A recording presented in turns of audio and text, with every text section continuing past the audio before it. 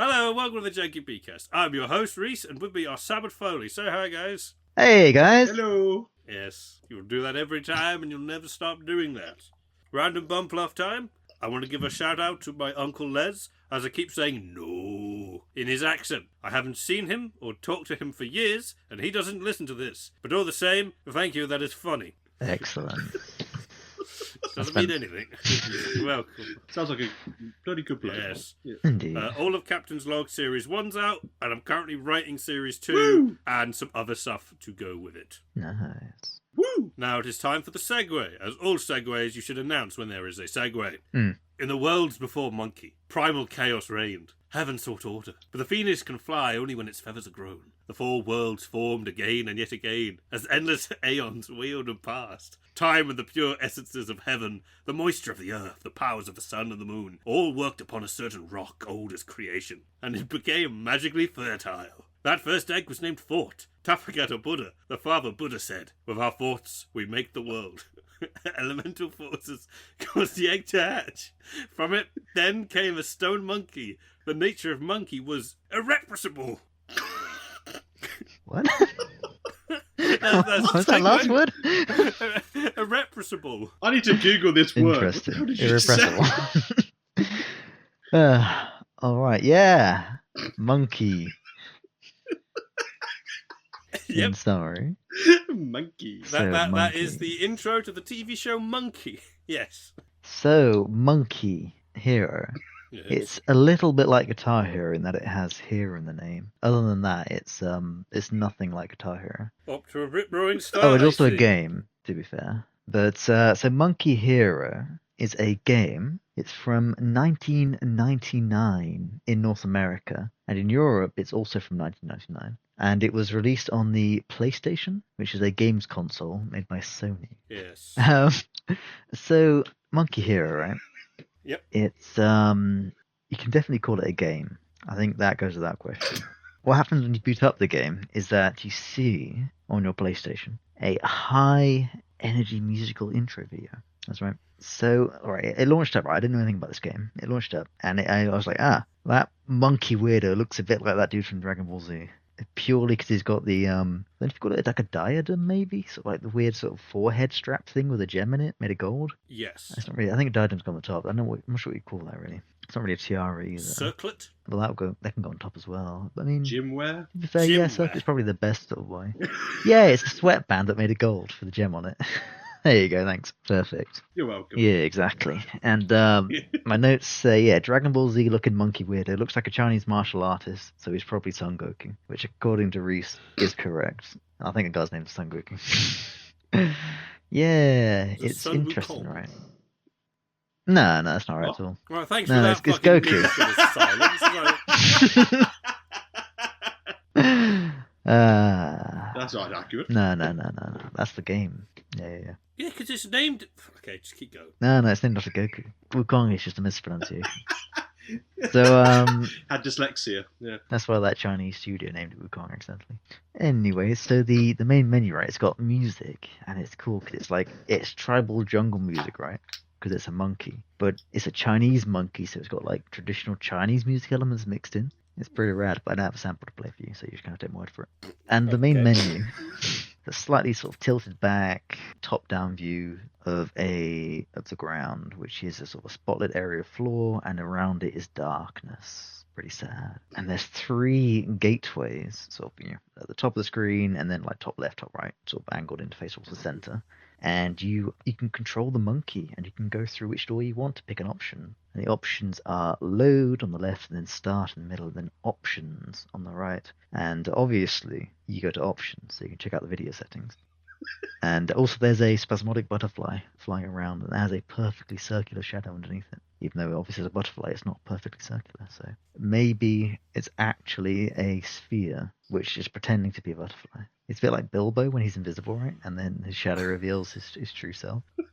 Oh yeah. Also, if you're like typing up notes on this while on the main screen, it'll aggressively jump you after like 20 seconds into a long loading screen, and then it sort of plays a demo reel of scenes from the game, and then when you exit out of that, it goes back to the main menu. And it just like another long loading screen to do that, and that happened repeatedly because I kept typing out notes. There you go. Very cool. Sounds like a PS1 game. Yeah, that's right.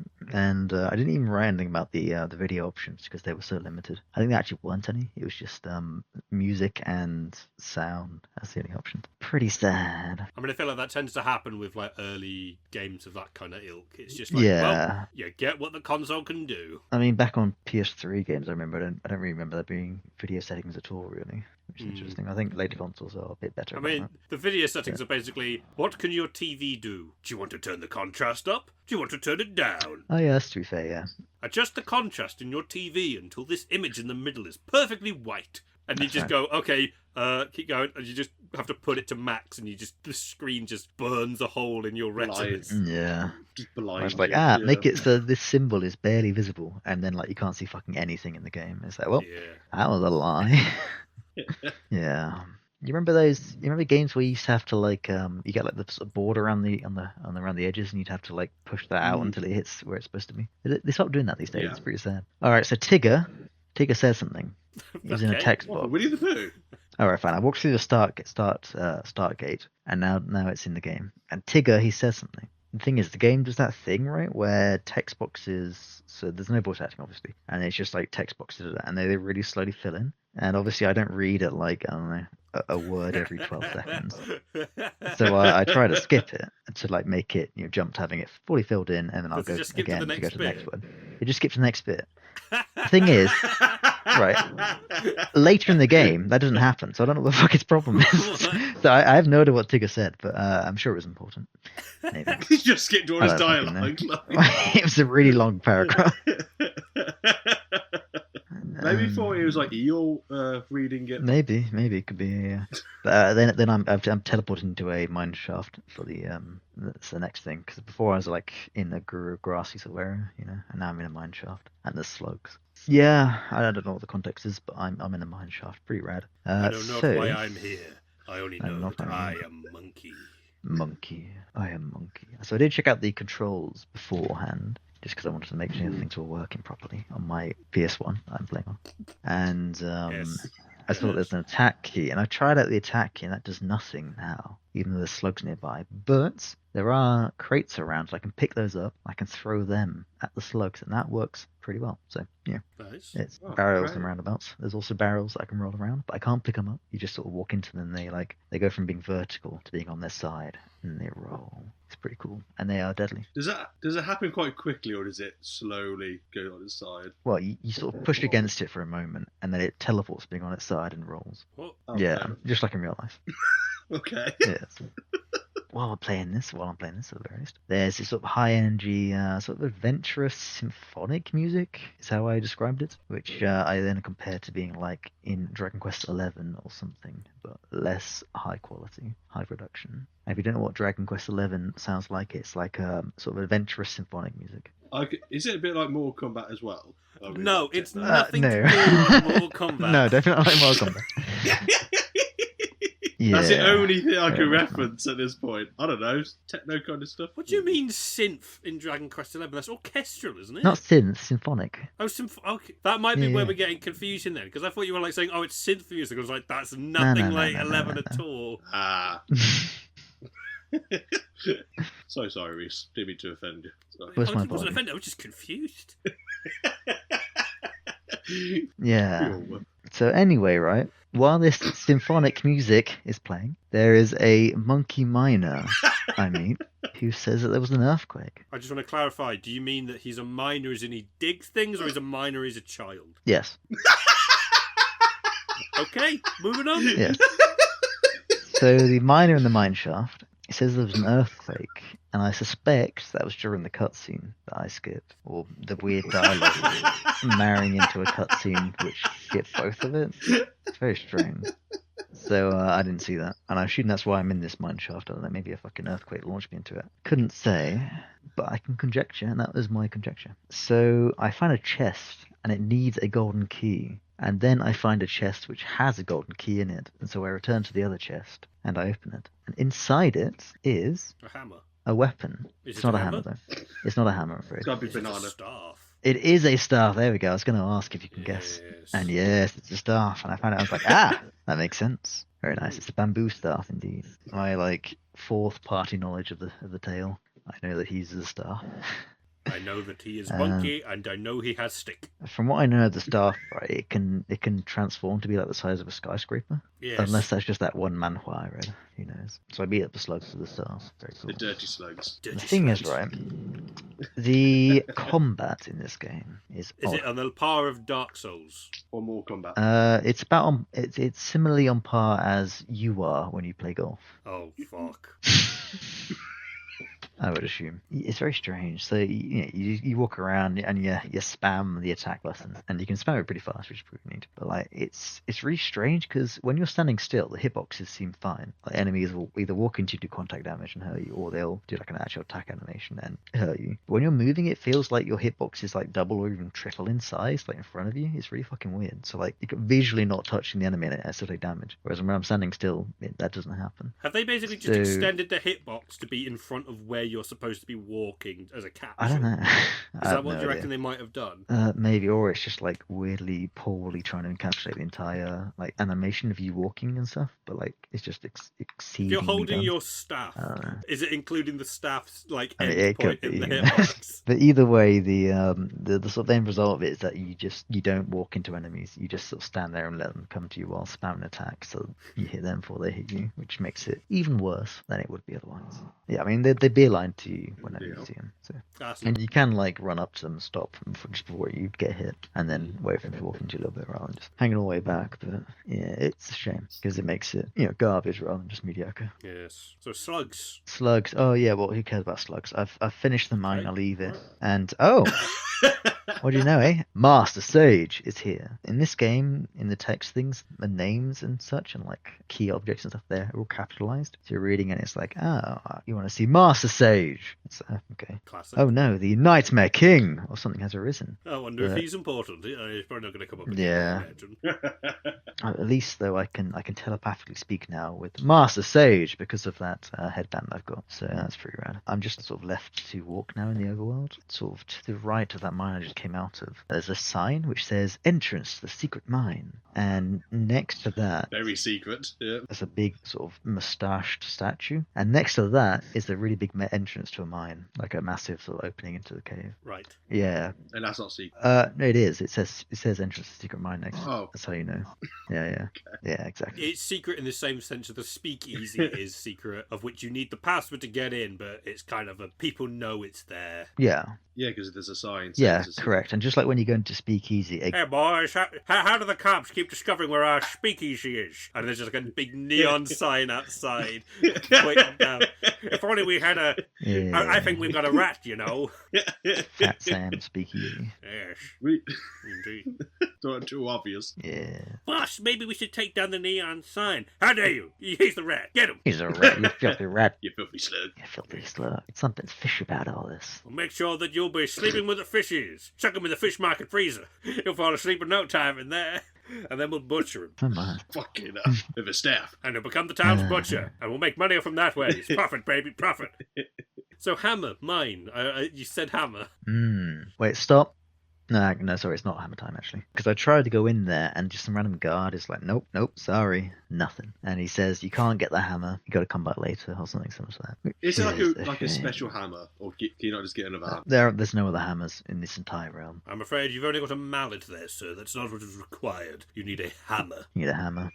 Need a hammer. You're trying Pretty to get him, sad. he's like, sorry, but that ain't gonna happen. Well, sorry, but that ain't gonna happen. Exactly. Yes. And so, because I could not get this hammer, I was forbidden by this lily guard. I instead left the mine and I followed the signs towards the library. I presume, although actually, I think thinking back on it, I don't think I had much direction.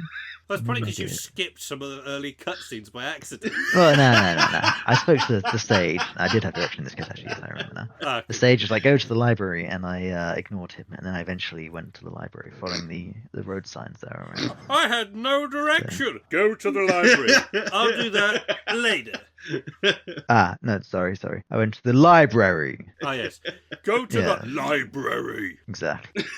I'm sure there's And- lots of books What? at the library. Hmm. Do you have to like get a picture of like a hammer from a book and go, "Here's my hammer"? I was thinking it's more like Shawshank. You just find a random fucking book and there's like a hammer hidden inside of it. Like a hollowed out book. Yeah. Like you take out the Bible and it's just got Yeah. a hollow in it. Like, ooh, a Bible. I wonder what's in here. The hammer. Da-da-da-da. I'm just picturing like to Moses' fit hammer. in a Bible. I'm just picturing like the break glass style hammers, the really small ones. in emergency, fetch the Bible.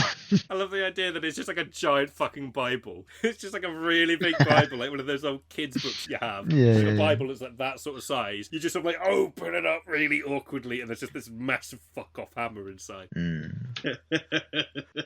Either way, on the way there, right, towards this library, I meet a man with a mushroom head, and as is customary, he tells me his race, and then he gives me a mushroom.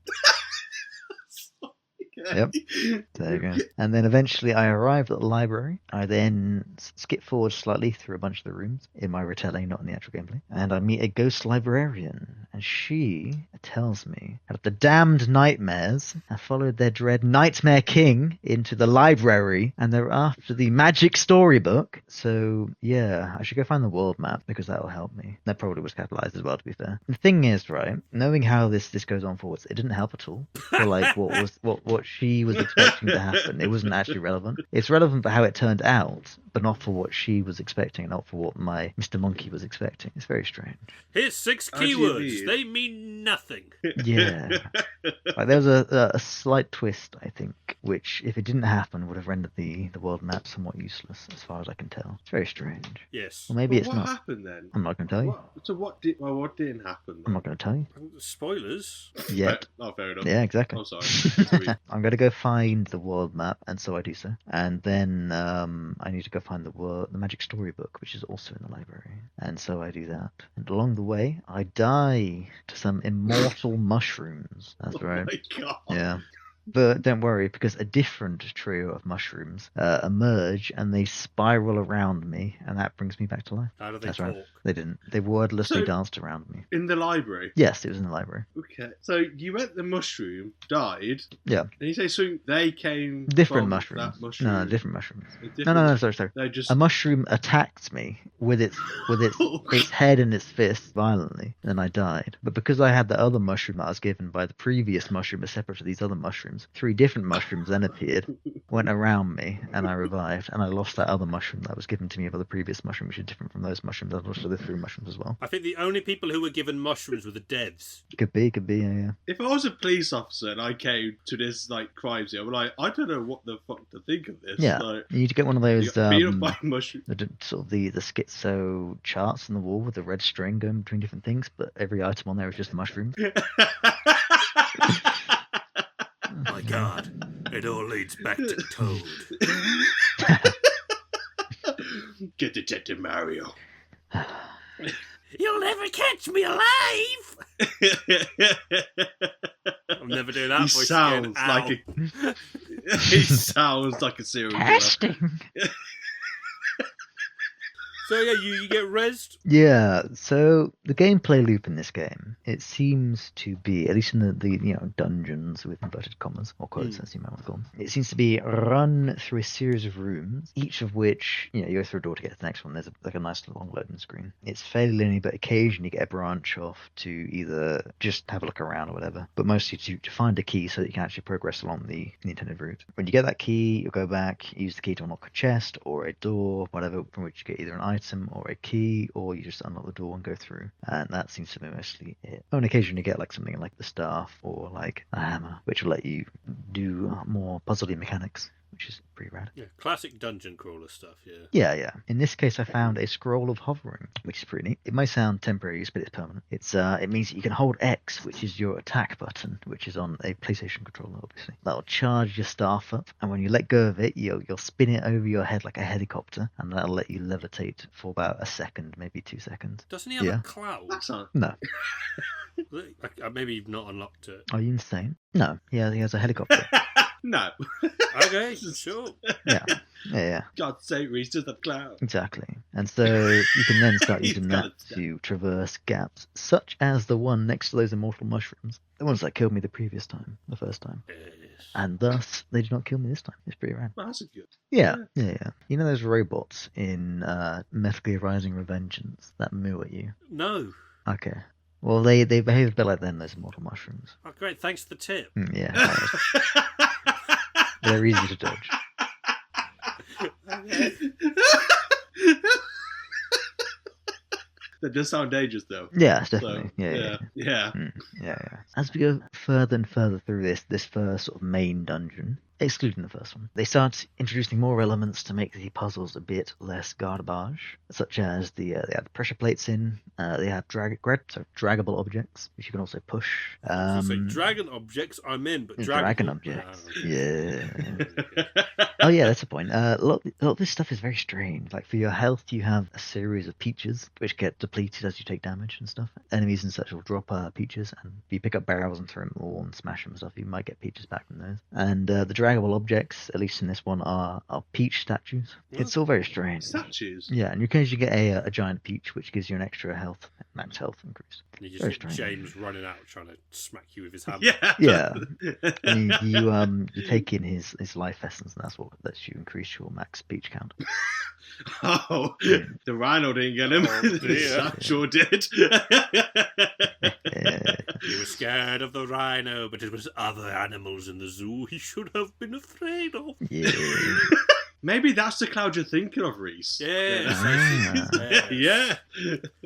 From out of the rhino came the monkey, and he smacked him with his staff. Absolutely. James is no more. Thank you for reading, kids. James is dead. James is James dead. and the giant dead. James is dead. Hey, he's got apes close enough, innit? Yeah, didn't really know to realise what I was doing then. Oh dear. Well, it's systematic. Ah, yeah, that's a thing. So, when you got the staff, right, you unlock the ability to charge forth into battle.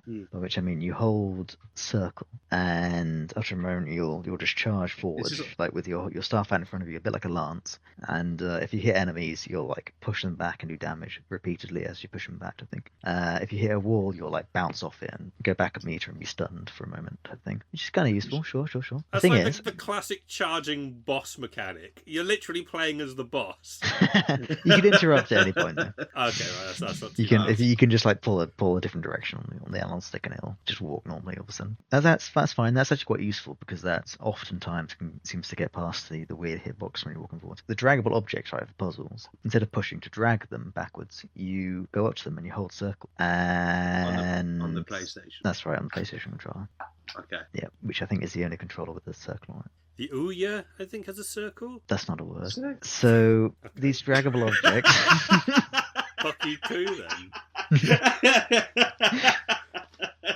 So yeah, you hold circle, right, to drag them, but you probably have to be somewhat specific as to like where you're standing to get it to activate. And also the draggable ones look indistinguishable from the majority which aren't draggable. Oh, fucking hell. And if it's not draggable and you hold circle, you'll just start charging into it, and because you're up against it, you'll just immediately bounce off, go back a meter, and be stunned for a moment. Yeah, I knew that was How what many- was going to happen. Right? So like I got to this one room, which is where I wrote these notes down, where it was entrance in. Fortunately, it's got like a drop down, which you then can't return from, so you have to progress onwards. So at least I knew that was the way to be going. And then at the other end of the room is like some stairs up, and a little platform which has, on the north, it's got a statue of a peach, and the south, it's got a statue of a peach, which is in the corner. It's got doors up in the middle facing to the west, and then it's got like a strip of blue sort of tiling along the floor. So the statue in the north is at the end of that, and the statue of the south is to the side of that bit in the corner. So I was like, okay, I guess I'll grab that one from the corner and pull it into the thing or something, I don't know. And it wouldn't let me, so I was like, okay, fine, I'll go grab the other one up top. No, that wouldn't let me. Am I doing it wrong, or are they just on gravel? I have no idea. So okay, fine, I'll try pushing them in various directions. One in the corner I can't push because it's up against the wall already, so obviously there's nowhere to push it to. The other one, it's pushable potentially, but it's only got two directions you can push from. I tried both of those, nothing happened. So I'm like, okay, fine, I'll try to grab it again. Blah blah blah, fails. I'm like, alright, fuck it. Am I doing this wrong? I swear that's what the tutorial for grabbing thing said earlier.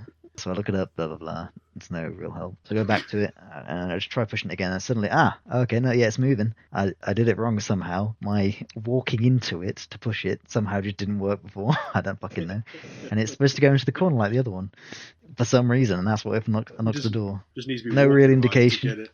It's so fucking stupid. I don't know why I didn't move the first time. I guess it's possible I just didn't push it for long enough because it's got a bit of an activation window, but it's very strange. I don't know, man. Like, normally in a game where you got to push things into place, there'd be like, I don't know, an indent in the floor, or like, it would. Some kind of like visual. It would fit some sort of pattern, right? Right. You got to make it symmetrical with the other stuff, which is, to be fair, is the case here. But also, like, the other one just seems to just arbitrarily be in the corner, so it's not like it was fitting something in anyway. I don't know. It's very strange. Most of the dragon puzzles in this are less like, okay, I can move it in all 4 directions, and I need to figure out where to put it. It's more like I can move it in one direction, so I'll move it in that direction because the other ones are arbitrarily locked off. So you just have to Either test way. each side to see which direction that it wants to be pushed to. Yeah, to some extent. So dumb. Yeah. How long did it take you to figure this out? Like, I mean, 2 hours. before this recording. This is where I stopped playing the game because I couldn't figure out the puzzle. yeah, I got 16 hours in this game, and 11 of them were in that room. No, I mean, it was like 3 minutes. That is far, far longer than it should have been. So the very next room, actually, I find the magic storybook. And yay, the world is saved. Yay. But, oh no, indeed. The Nightmare King pulls out the rug, meaning the floor, from under me after I pick it up. I fall into the traveler. basement. Thanks for getting the Book of Nightmares for me. Exactly. I could learn to read. And just like that one elf, the Nightmare King is a large, yellow, round, grinning head. There you go. And he says, well, well, well, the fabled monkey hero from the dream world, we meet at last. And naturally I threaten him, and I tell him to leave the magic storybook alone, or I'll have to hurt you. And he is upset, and he rages at me. And he says some other things, but also, you hurt me? I am the Nightmare King. So I threaten him again, and I tell him I'll squash you like a roach. There you go. Damn. And none of these are like dialogue choices. This is just the character. He wants to murder him. He doesn't fuck around. My God. Yeah. So we then fight. Yeah. So he hangs out at the north end of the room, doesn't move, and he sucks me off, but he doesn't swallow, so that's fine. Okay. And okay. he Right.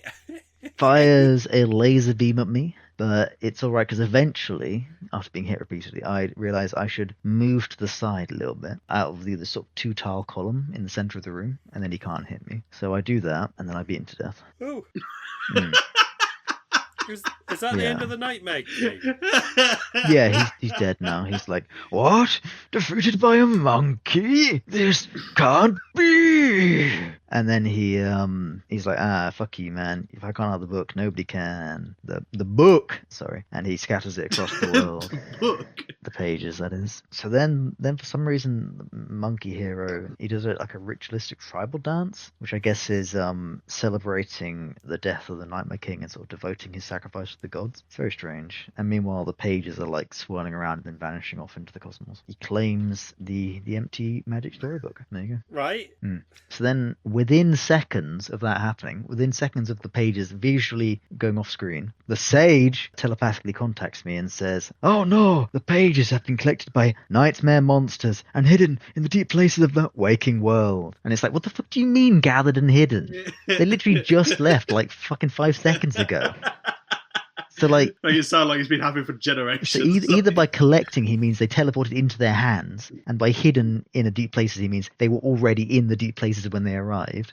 Then either that or he's fucking lying. Like what is this? It's just Samanta's pedantry, it knows no bounds. This is a children's game, man. You can't just lie to the children. They'll Who start would lie saying to a child? outrageous. The Yeah, Nightmare King. yeah, They ought to be scared. exactly. I'm then outside the library for some reason. Yes. Yep.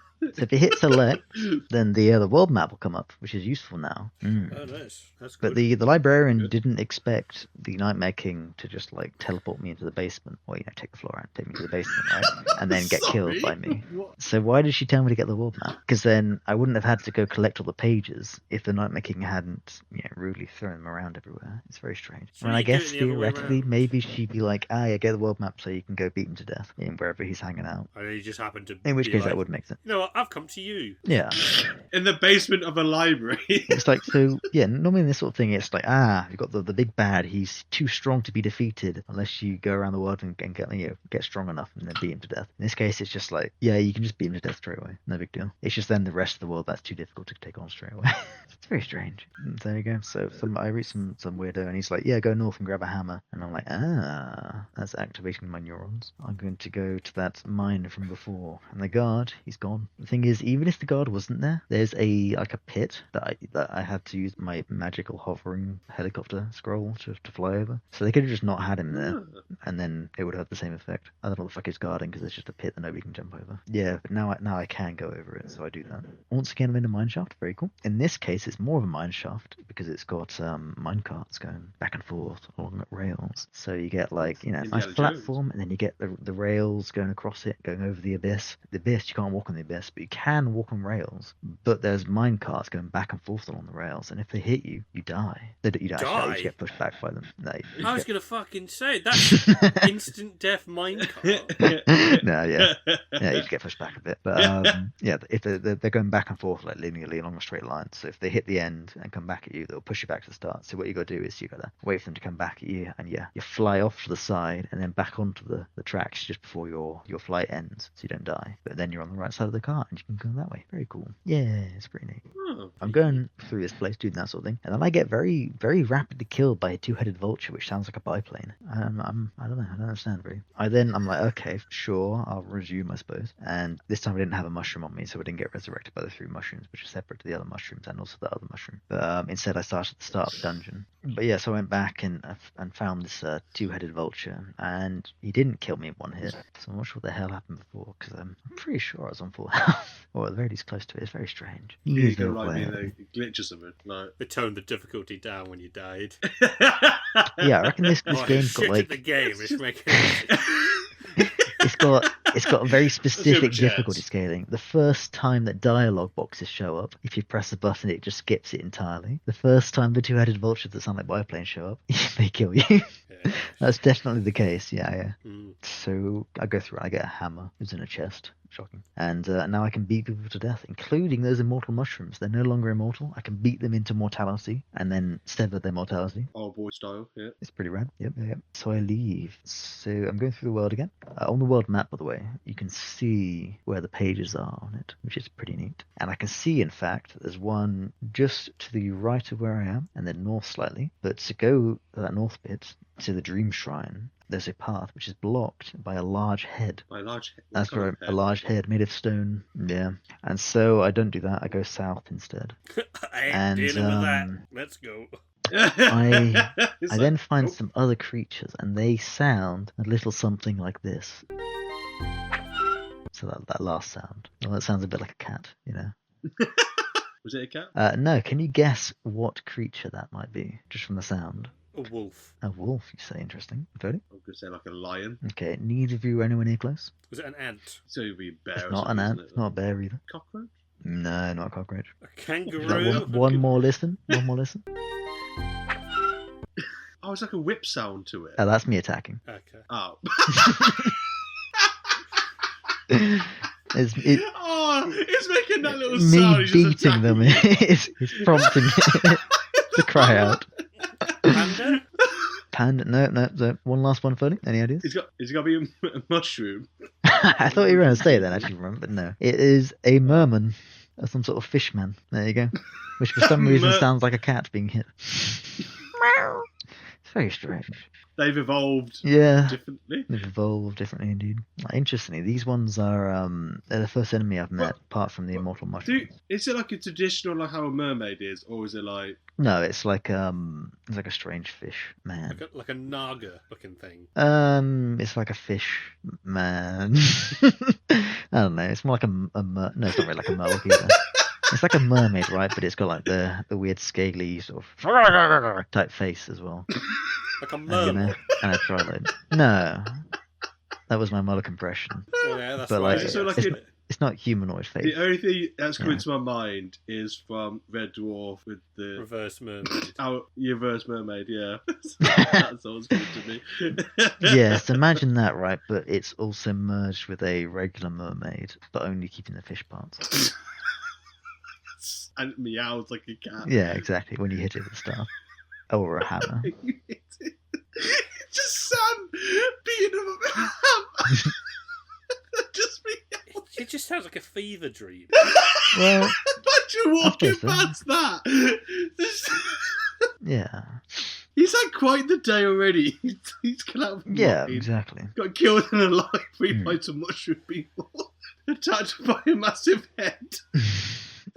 then attacked by a two-headed vulture. It's been killed by a two-headed vulture. And then destructed by a different. And they just whacking fucking merman. Yeah. The thing is that Oh. these mermen, they deserve to be beaten with a hammer because unlike most of the other enemies in the game, they actually you can't just stand there and spam attack at them. They'll stab you with the tridents instead of just walking into you. Oh, they got So you tried. got to actually try. It's pretty sad. Yeah. Got tried. No. Yeah, exactly. Yeah. Oh. Exactly. But wait, are they on land or are they in They're on the water? beach. Yeah. So they're probably just relaxing there. Yeah, relax, they probably don't just they? stumble There's, in and they see me and they're like, that's a just monkey. attacking You must the die. Yeah. So Sure. I go into a beach hut and there's a woman there and she has the ability to walk behind her furniture and appear as if she's in front of it. It's very impressive. You know? Yes. Either that or her furniture is actually just painted on the floor, Oh, like one of that those pie illusionary trick. paintings, you know? Yeah. I'm not sure which one's which. I could have tested it by walking into the furniture just to see if it was real, but I didn't. So, yeah. Some things are left unanswered. I'm Exactly. going to assume you yeah. didn't beat this game, by the way. I beat a lot of things, but not this game. Okay. And in fact, I'm almost to the bit I stopped at. Oh, okay, cool. Keep going. Yeah. So I meet this lady in her hut, and she says something along the lines of, "Yo, yo, yo, yo, yo, you want to help me and my sister out doing some treasure hunting?" That's entirely editorialized. She didn't sound like that. I was going to remotely. say, like, my God. It's the equivalent of just being there, like, and so I walked over to this incredibly elderly lady who looked like she's wise upon her years. And she looked over at me and went, "All right, Bled, what's cooking?" Just jumping on a skateboard, do some tricks. Yo, yo, yo. Yo, yo, yo, yo. Uh-huh. Pulls out like a Like a cat boom from box. her, like, pocket, puts it on backwards. You know. Yeah. Just having those boom stereos on the shoulder. It's like- Interestingly, you actually get the choice here whether to help out or not. Yeah. That's right. And you can say yes or no. And I chose yes, but I suspect Didn't want to. I can't verify this, or rather I didn't verify this, but I suspect that if you chose no, it's like Skyrim style no's, where it's like no brackets, yes, but later type thing. Yeah. Yeah. Right. Yeah. Or Pokemon Mystery Dungeon style, where it's like, no, it's like, oh, come on, you don't mean that. Come on, will you do this? No brackets, yes. Like the Fallout 4. Yes, sarcastic. No brackets, yes. So the Goku then continues throughout the waking world, and he retrieves each and every one of the pages from the magic storybook, and they all live happily ever after. Also, I suspect. Citation needed, right there. Yes. Yes.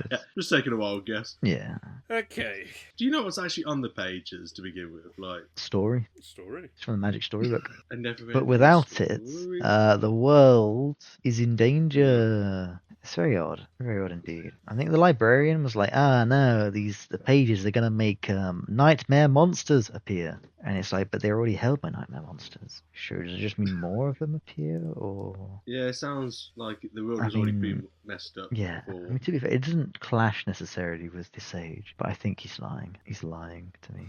Oh, no. And I can't abide that. Deceiver. Oh, dear. I need to get my hammer to make him tell the truth. Yes. The hammer of truth. Yeah. He chose wisely by giving me telepathy instead of coming with me. He'd already been missing a kneecap by now. Oh, my God. Fucking I mean, given what he said to the fucking Nightmare King, I'm not shocked.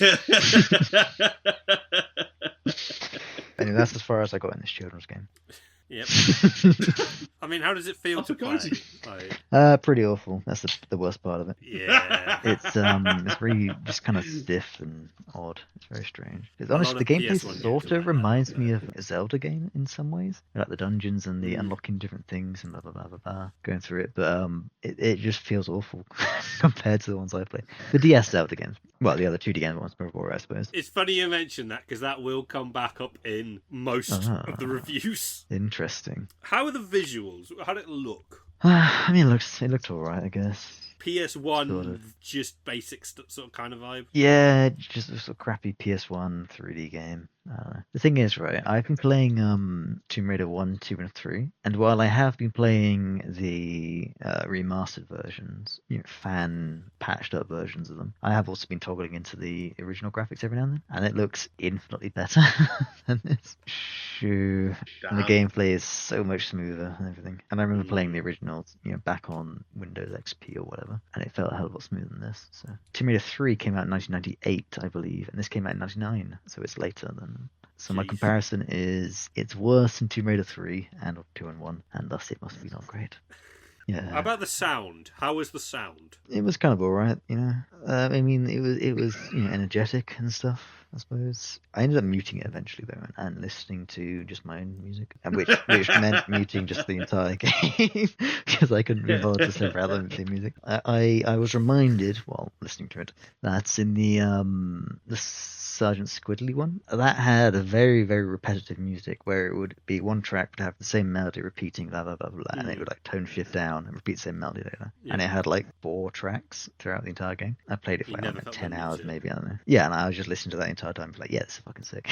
Whereas with this one, I muted it after like 2 hours maybe. How long did you play it for in total? Who can say? No comment. That is less than I thought, I gotta say. How long did you? About an hour and a half or something.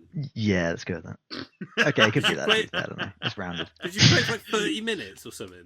No, it's at least an hour. I don't know what the actual proper value is. Fucking I thought it'd hell. be like 2 hours to be fair. but- You had already had a game. I will Yeah. fully disclose this. Sam had already been given a game and he didn't feel like playing it. So I gave him the option. Well, of, do you I wanna- tried playing and it freaked out, and then I asked for a different Yeah. one, and then I realised, oh, actually, I could fix it freaking out by doing this. In the intro cutscene of that one game, I can't even remember the name of it. It's sort of an Adam and Eve style sort of scenario. You got these two, you got a muscly man, you got a beautiful woman. I don't think they're naked. They're in like a landscape, nice and lovely green landscape, and then like unless some wizard teleports in or some shit and like Yeah. kidnaps the woman, and then this sort of badass looking long-haired muscle guy just turns into this giant freakish monkey, and I was like, yep, I hate this game. Yeah, that's fair. Sam was like, yeah, I'll get a It play was as this straight away. badass muscle warrior. Yeah, it's like This it's like a Ginnock being like this badass bronzed angel dude. I was like, yeah, okay, that's pretty neat. I like the rest of the game, but that guy, Ginnock was alright. Yeah, he turned into a horrible monkey guy. It's pretty sad. I mean, would you recommend it at least? I'm going to assume No, no. it's awful. This game, however, Monkey King, Monkey Hero. No. No. If you are a child in 1999 or the PlayStation 1 and no other games, and this is your one game that you are given for Christmas, sure, play it. Have you got your 4 words for how the game made you feel? I did, but I'm scrapping them. I'm starting again. Knock off Legend of Zelda. Yeah, that is fair. What your I final couldn't fit the verdict other is? Yeah. Nah. Yeah. Yeah. Yeah. Yeah. He says with distaste. Yeah. Yeah. Oh dear. In that case, I believe it's time for a word from our sponsors.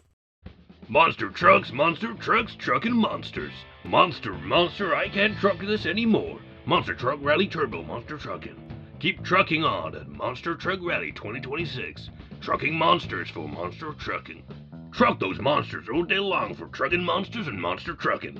Turbo event for monster trucks. Mega Ultimate Monster Trucking. Not champions. That's right. Mega Ultimate Monster Truck. Truck all day and monster all night with Monster Trucking Turbo 2. Out soon. Come visit us. Monster Truck Turbo. Buy yours day at all good retailers. Monster Truck Rally Monster. Event open on the 15th July only. Only in the Michigan, Glasgow, and all of New South Wales. Come Monster Trucking Monster Turbo Mega Ultimate when you need it. So what have I been up to? I've got a list of things that I've been up to, because it's been a little while since we've had the chance to do this. First bit is I played a bunch of Devil May Cry games, and I would like to give my verdict on what I think they're like. Good, I bet you bad, actually love them. good, I mean, bad, Devil May Cry 1. great, Awful great. game. Fucking What? abysmal. I would Nah, never fuck play a off, hack and mate. slash game again if this was the first one that I had ever played. I would never have fallen in love with the Yakuza series if I had played this as my first ever hack and slash game. It was one of the Nah, worst you're gaming wrong. experiences I've ever played. Nah, you're wrong.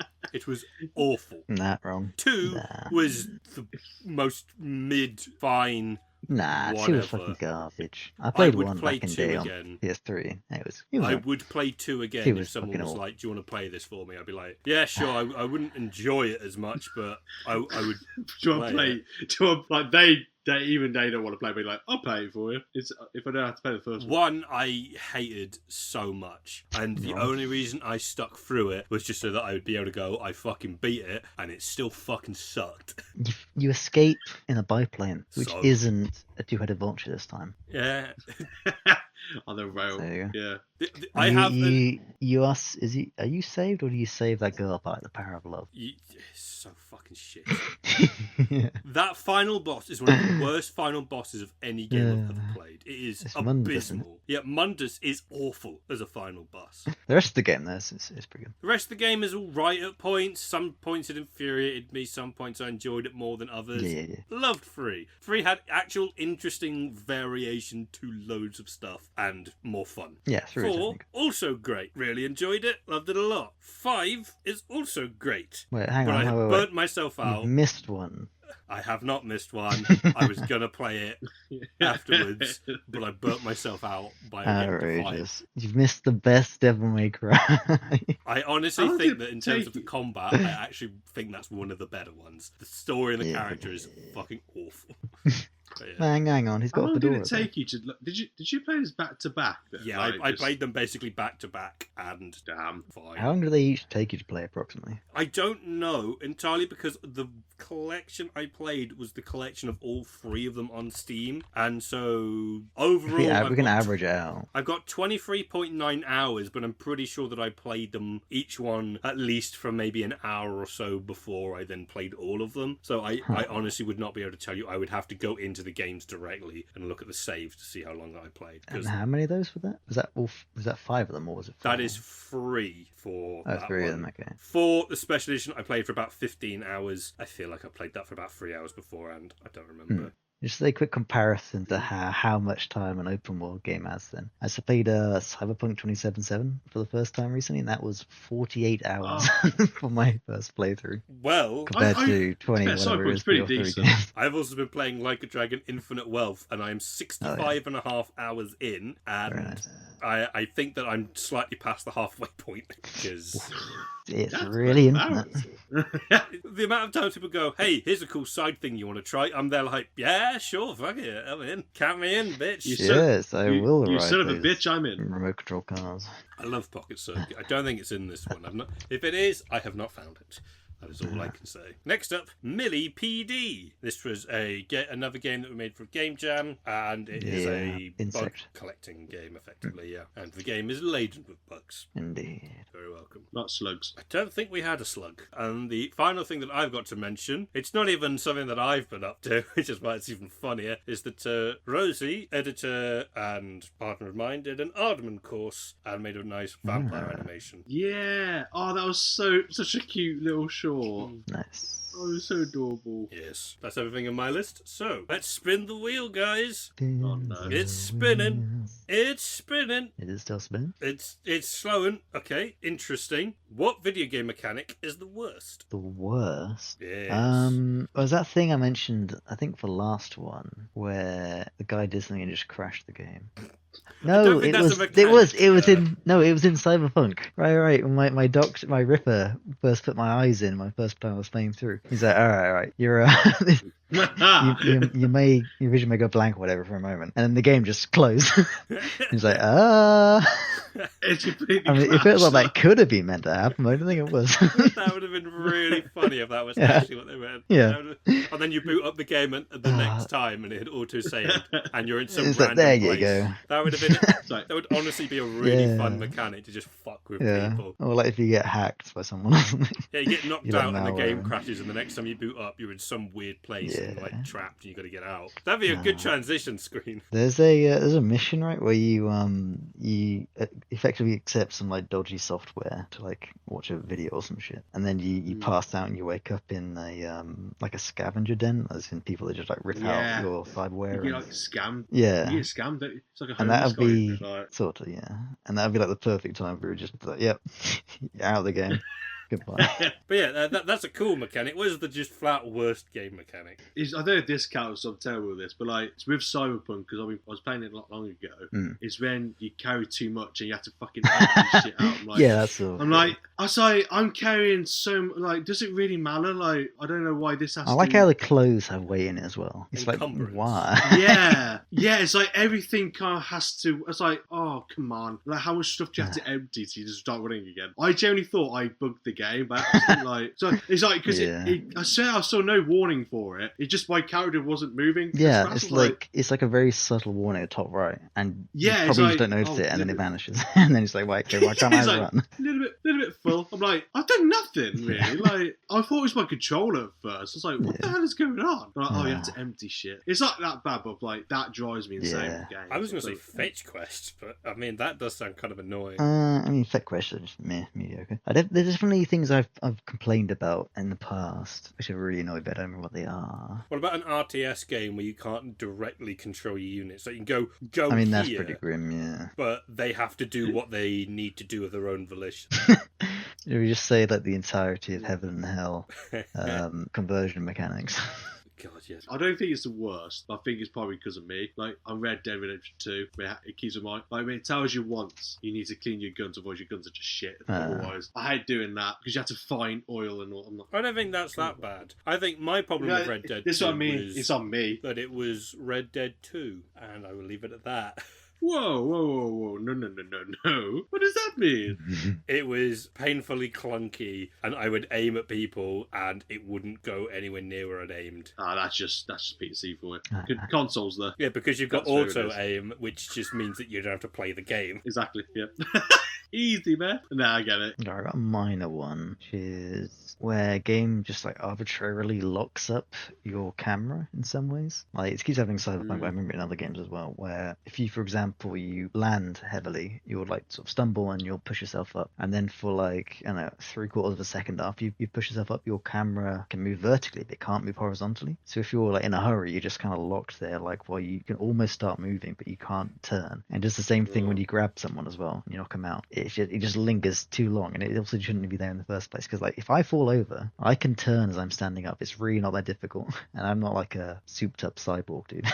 I know Wolfenstein games, the new ones, they also did that, but I think it was during like cutscenes where characters that's like one thing. speaking to you and you can like move around. Yeah. And I'm like, there's nothing else I want to look at. Just make this a cutscene. Don't make this an immersive cutscene. I'm in a sewer. What do you want me to look at? Sure, in that case, yeah. But like in other cases, like in Cyberpunk, you can scan shit in the environment with your magic eyes and all that, and you can look around and see different details and things you might miss if it's an environment where it's actually useful.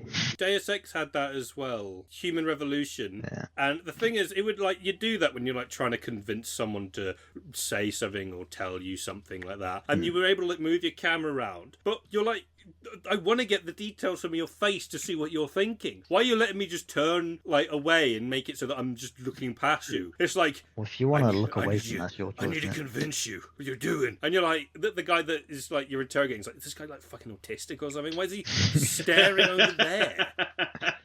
Yeah. It's It's like, I got better things to be Is there worried someone about. behind me? Jensen, what's going on? I guess you've got sunglasses on, so they can't really tell where you're looking. You're just like staring off behind them, and they're like, look me in the eyes, and you're like, yeah, I am. Yeah. I'm looking straight in the It eyes. sounds like someone who's used to be like watching TikTok stuff actually having a conversation. Like, yeah, so So, I have a attention threshold of like 2 seconds. You just get it so that everyone's got like a tablet around their neck, like playing Subway Surfers or something. Temple Run, yeah. So stupid. And it's specifically bad gameplay of it, making it even worse. That's how you disrupt half the world in that situation. You just make it complete rage bait on the screen. People glaring at that, not paying attention to anything that's going on. So the world is going to end. It's like, yeah, but how is this person playing this fucking mobile game? Despicable Me, man. Like, Dominion, man. What the fuck? How are they that bad? I could do better than that. What's going on? And then just the entire world just gone. It explodes. Yeah. No one does anything. Everyone's just glaring at someone else's tablet that's playing really badly at this fucking game. Well, I'm gonna play GTA 5, like, because I was just replaying it over like the last year, pretty much. Yes, like, because it comes with like, if you want to go through these missions again, you just click here. I was like, okay. With GTA 5, you got like multiple endings. Because okay, so if you choose an ending you probably didn't like, you just go back and do it. So I was like, I'll go back to the last mission and see what outcome I could choose then. But it said before you even do it, you're like, oh, when you finish this mission, it would just take you back here to this save. Like, so what? So what's the point of me doing it then if you're not going to be able to do anything different? Like, so if you do better what you did before, it would just go, yeah, that didn't exist, back to where you save. Like, so what's the point in that then? So it's like, I have to play the whole game again. Like, nah. Oh, it's like, I will, but not now. It's like, what the fuck's the point? So I found that annoying. I'm like, oh, okay, what's the point? Yeah. I mean, in terms of pointless end game mechanics, every single time you play a Deus Ex game, the game basically goes, here are some ending options you can choose. And I'm always like, okay, save game, choose an option. And I'm like, okay, that was one option. Option 2, option 3. And I'm like, oh, that was interesting. I have no preference to any of them. Okay, absolutely no input they're whatsoever. all interesting in different ways.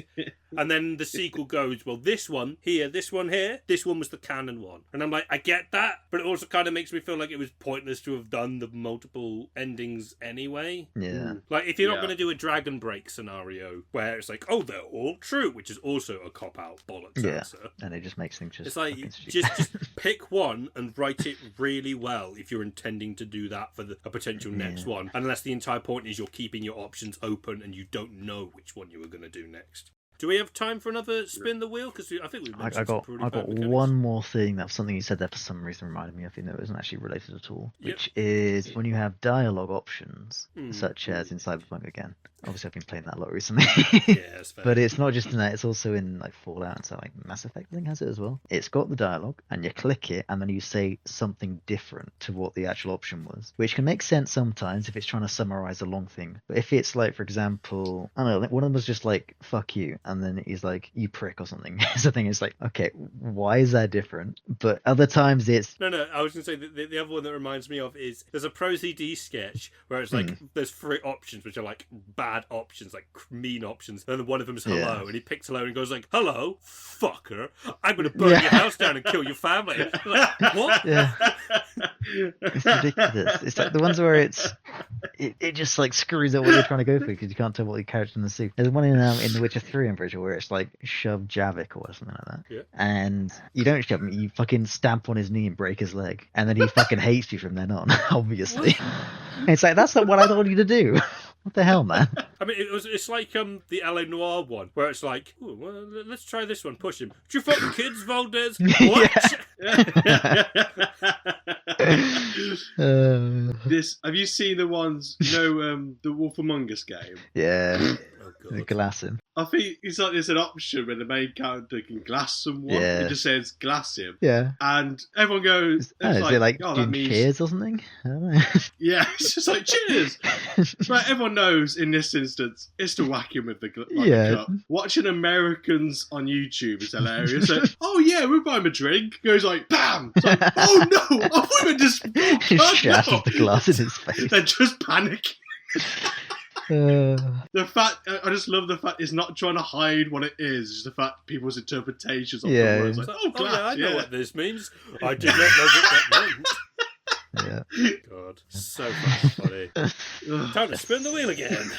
I have to see what it comes with. So, are there any game mechanics you hate? What do you sound like So, Rob Michael? are there any game...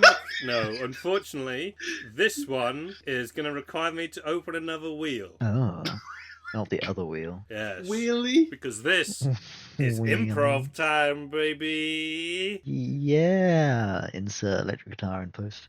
Uh-oh. Yeah.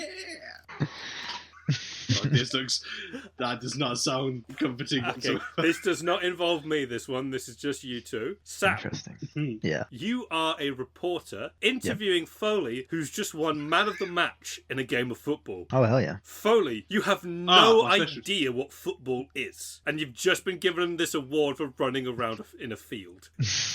Just wandered onto the pitch. Yeah, you've been given man of the match. Just and can't you've double- never heard just of can't football. double You're just gang. there like it's effectively the Office meme of like Steve Carell's character being given the award. You're just there like, what? What the fuck? I'm just Yeah, here. this is just going to be like generic post-match football interview then. 'Cause they always ask Basically, those yeah. stupid questions anyway. Go for it. Start, Sam. So, thanks for talking to me, Foley. It's good to see you. How do you feel having won this match? Yeah, I suppose it's good to be here. Yeah, I like lighters, so it's nice to get the match, I guess. It's Interesting. quite difficult to get in stores nowadays, so... Interesting. And yeah, everything's how important do you think it's been these last 2 weeks with your new manager? Do you think that the flow, has he put a new system in place? Do you think the culture of the squad is very important to your victory tonight? I think the new manager's been doing quite well. Like the other branch closed down, and what was it? We're trying to get more staff in, and the squad is up to date with their paperwork, I guess. So Yeah. I was pretty sad to hear about the under 21s closing down as well. but we do need a new printer, though. That's the only downside. He hasn't really printers, been doing on top of that kind of stuff. But yeah. Interesting. And what sort of role do you foresee the printer having in the team? Do you think that's an important one? Well, oh yeah, because if the squad Yeah. can't print off their work and give it to the manager, then how are we gonna, Oh, send it interesting. off to the higher ups and prove they do our work? So the new manager asked for written reports on how you felt the game's gone. Would you would you mind reading one of those? No, Because I can't really do that because it's confidential. it's confidential. Oh, I absolutely understand. Absolutely Yeah, understand. it's maybe like maybe private tonight. stuff. No, I think we're doing quite well. Like, No. I didn't realise we got an award, to be honest. Like, our sales are probably doing the lowest so far, so I didn't realise we'll be getting an award. So, yeah, no, I'm quite happy the fact we're getting recognised, though. Oh, yeah. you deserve it. You deserve it. It's been an exceptional record and quite a turnaround. Yeah. Well, in fact, our business only just opened up a few months ago. This is quite sudden. Yeah, but we've already gone through so many managers. So yeah, this is great. Yeah. So Who are you again? That's not important. So at the 52nd minute, when you already had a yellow card and you almost received a second one, how did you feel waiting for VAR to decide in that 15 minutes it took for some reason? Were we getting time to get like our stuff, our work sent in? Because I know they had a system, like a pay rise and stuff. I didn't realize it was actually getting time. Like, have you spoken to anyone else in my branch about this? Because I feel like this is new to me. Like, I didn't realize we're being timed to when to do our work and get sales and stuff. Interesting. So those are the thoughts going through your mind when that was happening. Is that how you helped stay in the game and not get distracted and lose your Well, I focus? think I'm a very efficient worker. Like, I get up early and I come to work and do my hours and I don't take the piss with the breaks or anything. So Wonderful. yeah, I feel like I get my head in, as you say, the game. Yeah. I guess just sit on my computer and just type away. Yeah. Excellent. Well, thanks for talking with me, and go enjoy the celebrations. Yeah, I was only just going home, to be honest, because like I said, I just got my matches. So. Go enjoy the celebrations. Thank you. Yeah, no worries, man. And back to the studio. Thank you, Sam. Cut the feed. So the next...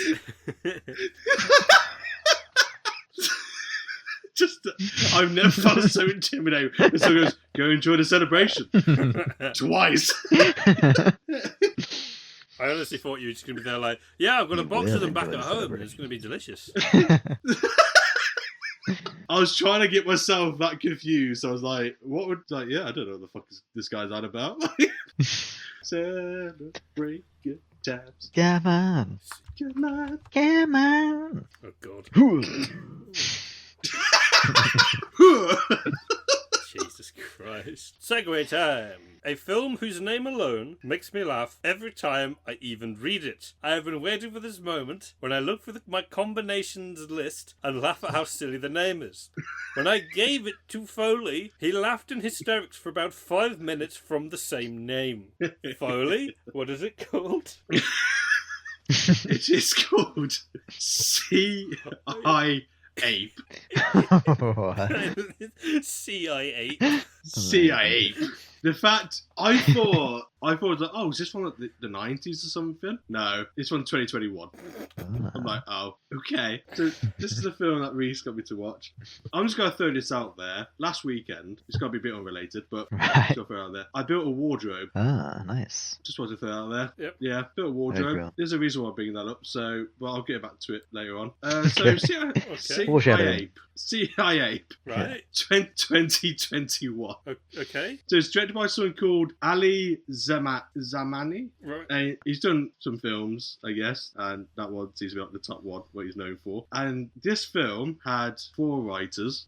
Well, I had 2, technically. And then it got revisions by 2 people. Assuming they're not the same two. I mean, like, sorry, yeah, I mean, like, there's 2 writers, and then, yeah, there's 2 people that did the revisions. Ah. So, Act 1. So you have men with guns on top of a roof, like, okay, sure. It's gotta be that kind of thing, secret agent kind of stuff. The bad guys. Yeah. So it just then cuts to the protagonists, you know, in their headquarters. And there's a woman called Bondi, but her name's just Miss James. So she literally turns around and goes, it's all ready, Chief. And he cuts to the chief. He just waddles into the frame and goes, yeah, do it. Like, I see what kind of film this is going to be. Yeah. Okay.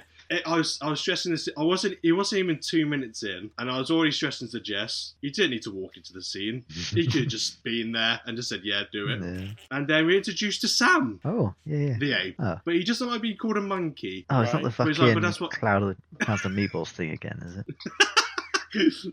Could be worse. I think it could be worse. Yeah. So we're introduced to him. He kind of zip lines onto the building, but it did make me laugh though because he's doing that G-force. Like his lips are just going. I'm like, that's okay. I wasn't expecting that kind of stuff. Was it in slow mo? Was it just? No, it was literally just like in real time. It's like, Amazing. okay, to just it's like that's quite funny. I like that. Yeah. And then what was it? He does like he does a backflip and he lands, and then Miss James goes, "Yes, you definitely earn a banana for that one." Wow. Oh, fucking Jesus Christ. I'm so sorry already. Not even 3 minutes yet. Yeah. The chief is like, Miss James, can you save those remarks? This is a very serious mission. Like, but like, I did try to look at the budget for this film, Yeah. but all it came up with was like the box office, and I think it wasn't that much. It's because Sam looks very weird. No offense, Sam. The hell, man. Not you. Sam the monkey. It just makes me it's just very off-putting. I'm like, I don't like this. Yeah. It's a bit too strange. So is he And, an actual monkey? Is he a CGI monkey? Is he a man in a costume? I really wished he was a real monkey. I was hoping to do like Friends kind of thing, like you just wouldn't listen, but he's a full-on CGI monkey. Oh, Brilliant. fucking hell. And it makes me laugh because you can tell there's definitely limitations with this character because when he lands on the roof, no one sees him, and he literally opens his metal, like, what's the lid, or the opening to like a vent, very loudly. I'm like, did these guys not hear? I thought for a moment you were going to say he opens like a briefcase and pulls a wooden staff out or something. You'd be like, hang on a second. Time to do this the real. No, but it's like, he's walking around, just like, clang, clang, like, these guys are guarding this building, and there's a monkey right behind them, or ape, sorry. They're all just going like, did I just see a fucking... No, I must be seeing things. I'm going to pretend there's nothing there. Must be the wind. He goes into the vents, he's crawling along, then he sees a shadow of like this, oh, well, guys, it got to be a big monster. It's an outline of a fucking cockroach. Like, yeah, I know. He's got to do the whole real reveal. It's a small cockroach. But the cockroach was CGI as well. And he was in there for like a second. I'm like, I think I'm seeing where all the money's gone to, and I don't think I'm liking it. Yeah. Oh, and that was it. At the very beginning, when the bad guys are on the roof, one of them was looking through the scope, and there's a CGI cat as well. I'm like, oh, that wasn't even a minute in, and oh, okay. Yeah. And so I was like, See, the thing is, you can just go and film a cat, and it's free. Yeah, you can. You don't have the CGI one in. No, and as well, like with the cockroach, you didn't need a cockroach there. Why? Like, we know it's not going to be a massive monster because it's not the kind of movie. So, like, why are you trying to do us out with a? So, the cockroach girl. That's the sequel, I hope. Yeah. This is what I really don't like about what they've done with him. He is just kind of walking around. I'm like, he's like walking through the vents, he jumps down. This guy's a monkey. He should be doing all weird kinds of shit. But I'm like, I got a feeling this is where the budget's going like that. They couldn't do too much with him. Did it look like it was sort of motion tracked, or was he just completely hand animated? No, CG? I'm not going to lie to you, Sam. I really don't want to look into that, into this film. I'm so and like, sorry, he drops into mate. like this. I'm so sorry. I chose it because the name was really funny, and it already sounds awful. Oh, it gets better. Oh, Christ. Oh, yeah. This is where my dyslexia kicks in, because I wanted to just get it there and there, because I'm not rewinding this film, like, to get these lines. But as he's going through the vents, right, Miss James is kind of clocking, like, they're watching his camera. And so they're kind of watching his every move. The chief turns around awkwardly. What was it? He goes, it's very important that he gets that data. The future of our democracy depends on it. You're like, Yeah, then why are you entrusting it to an ape? It's like, what the... Well, one, what the fuck is this? And two, what? Why? Yeah, why get an ape to do, like, if you know he's fucking around? So just Sam gets into this, the data room or the computer room and all that, and he hears a guard coming in, and I don't know why it made me laugh. Like, he goes to hide, but he does a little, like, why is that? It's like... So I was like, okay, what's he gonna do then? Is he gonna do is he gonna hang from the ceiling, or is he gonna do like, peeking around? No, he just stands on top of like this crate, and then the guard just comes in. I wasn't expecting this kind of acting. The guard walks in, sees Sam, sees the monkey. He's like, his face is everywhere. It's like Ace Ventura. You know when he screams when he sees the shark? But it's like that delivery. He's like, he goes, an ape, what are you doing here? I was like, there's no way they filmed that. Yeah, that's good. That is gotta be the first take. And but then he kicks him in the face. It's like a really awkward slow-mo, but you can tell it's like, it's not the highest quality. Then another guard comes in, and he goes, a monkey? What are you doing in here? And then he slides... Like, the ape slides underneath, like, through his legs, and the guard had, like, 3 business days to process it. Then he looked under. I'm like, these are, like, the worst guards to have. Because, like, they're so slow, and they're so shit. Well, it's like, and then... Did you call up, like, the henchman temp services? Like, hello, I need some of your finest henchmen. It's like, yes, that'll cost you probably about 50k per henchman. Like, oh, no, that's too expensive. Lower the price a little bit. Okay, yeah, we've got some good henchmen for about 25k. Keep going, please.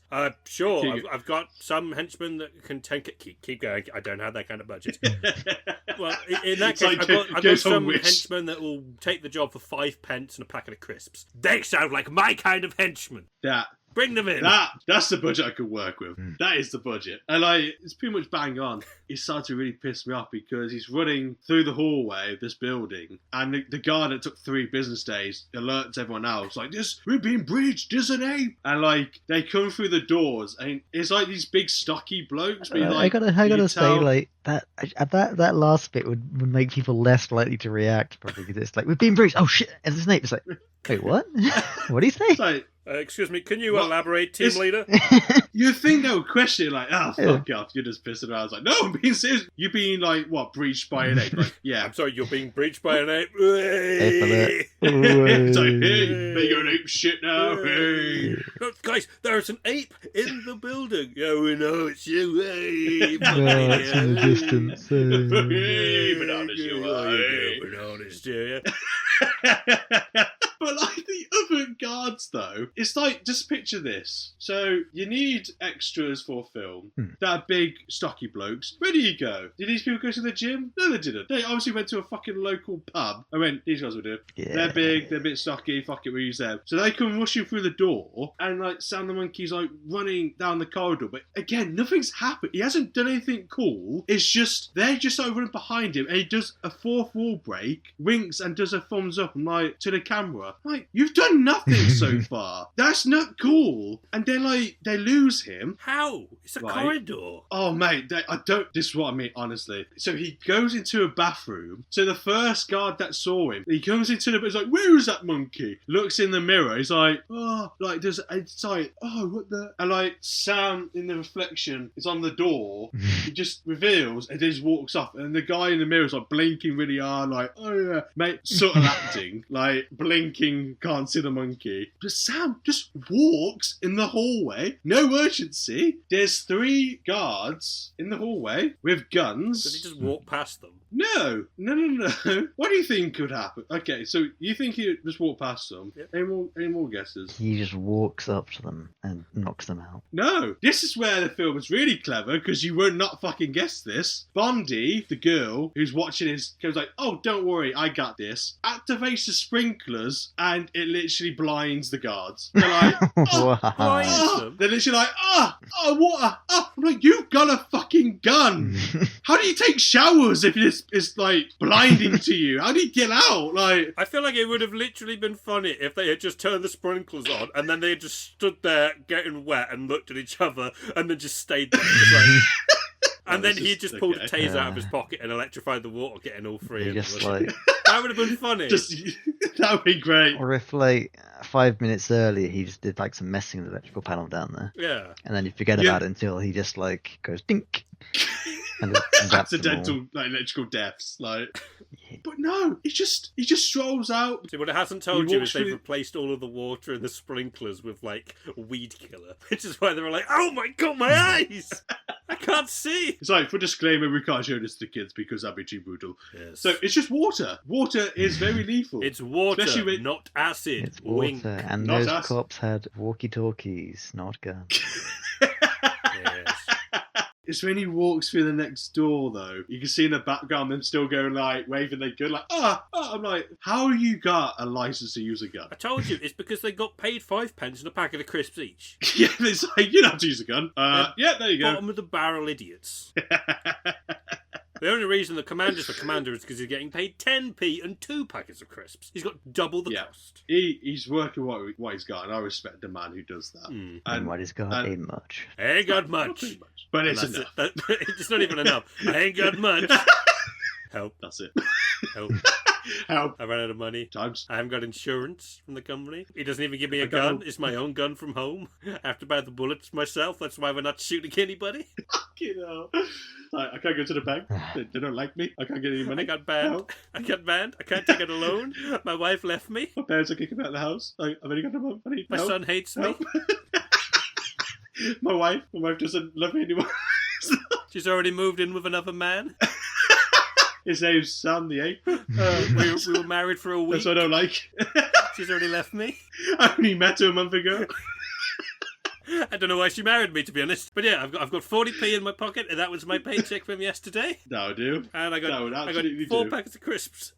I saved up for Walkers. 2 days for this. I just remembered what happens as well. I just read the note. Oh, because he beats them up, right? Because like he walks through the next door, then the other guards come in, and more slow-mo bullshit happens. But it's how they edit the people doing the stunts, just like drop to the floor. Like it's like they just like drop. You're like, oh, okay, that's kind of bad.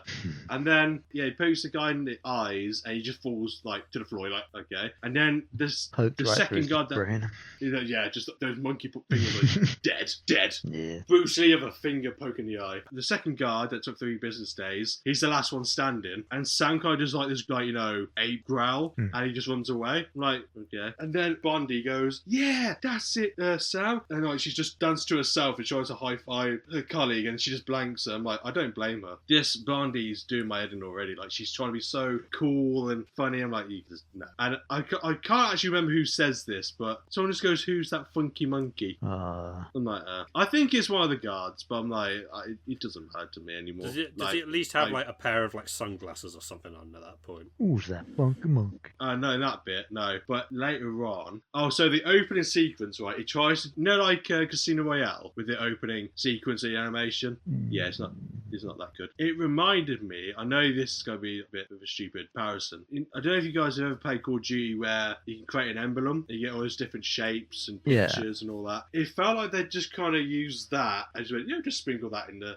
I was like, oh god. But it's a weird one. It's like it was so ugly to look at. But I'm like, in a weird way, it's kind of giving me a little bit of a break. I'm like, yeah. It lasted for like a minute. I'm like, okay. And so it cuts to them, the chief, and I forgot to mention this one character. This lad who also works with Bundy. His name's John, and he's like really socially awkward, and he cannot be any more in love with her. It's like, oh hi Bundy, I think you're really cool. Yeah, I really like you. Yeah, it's like, but she's like, I don't care. Yeah, go away.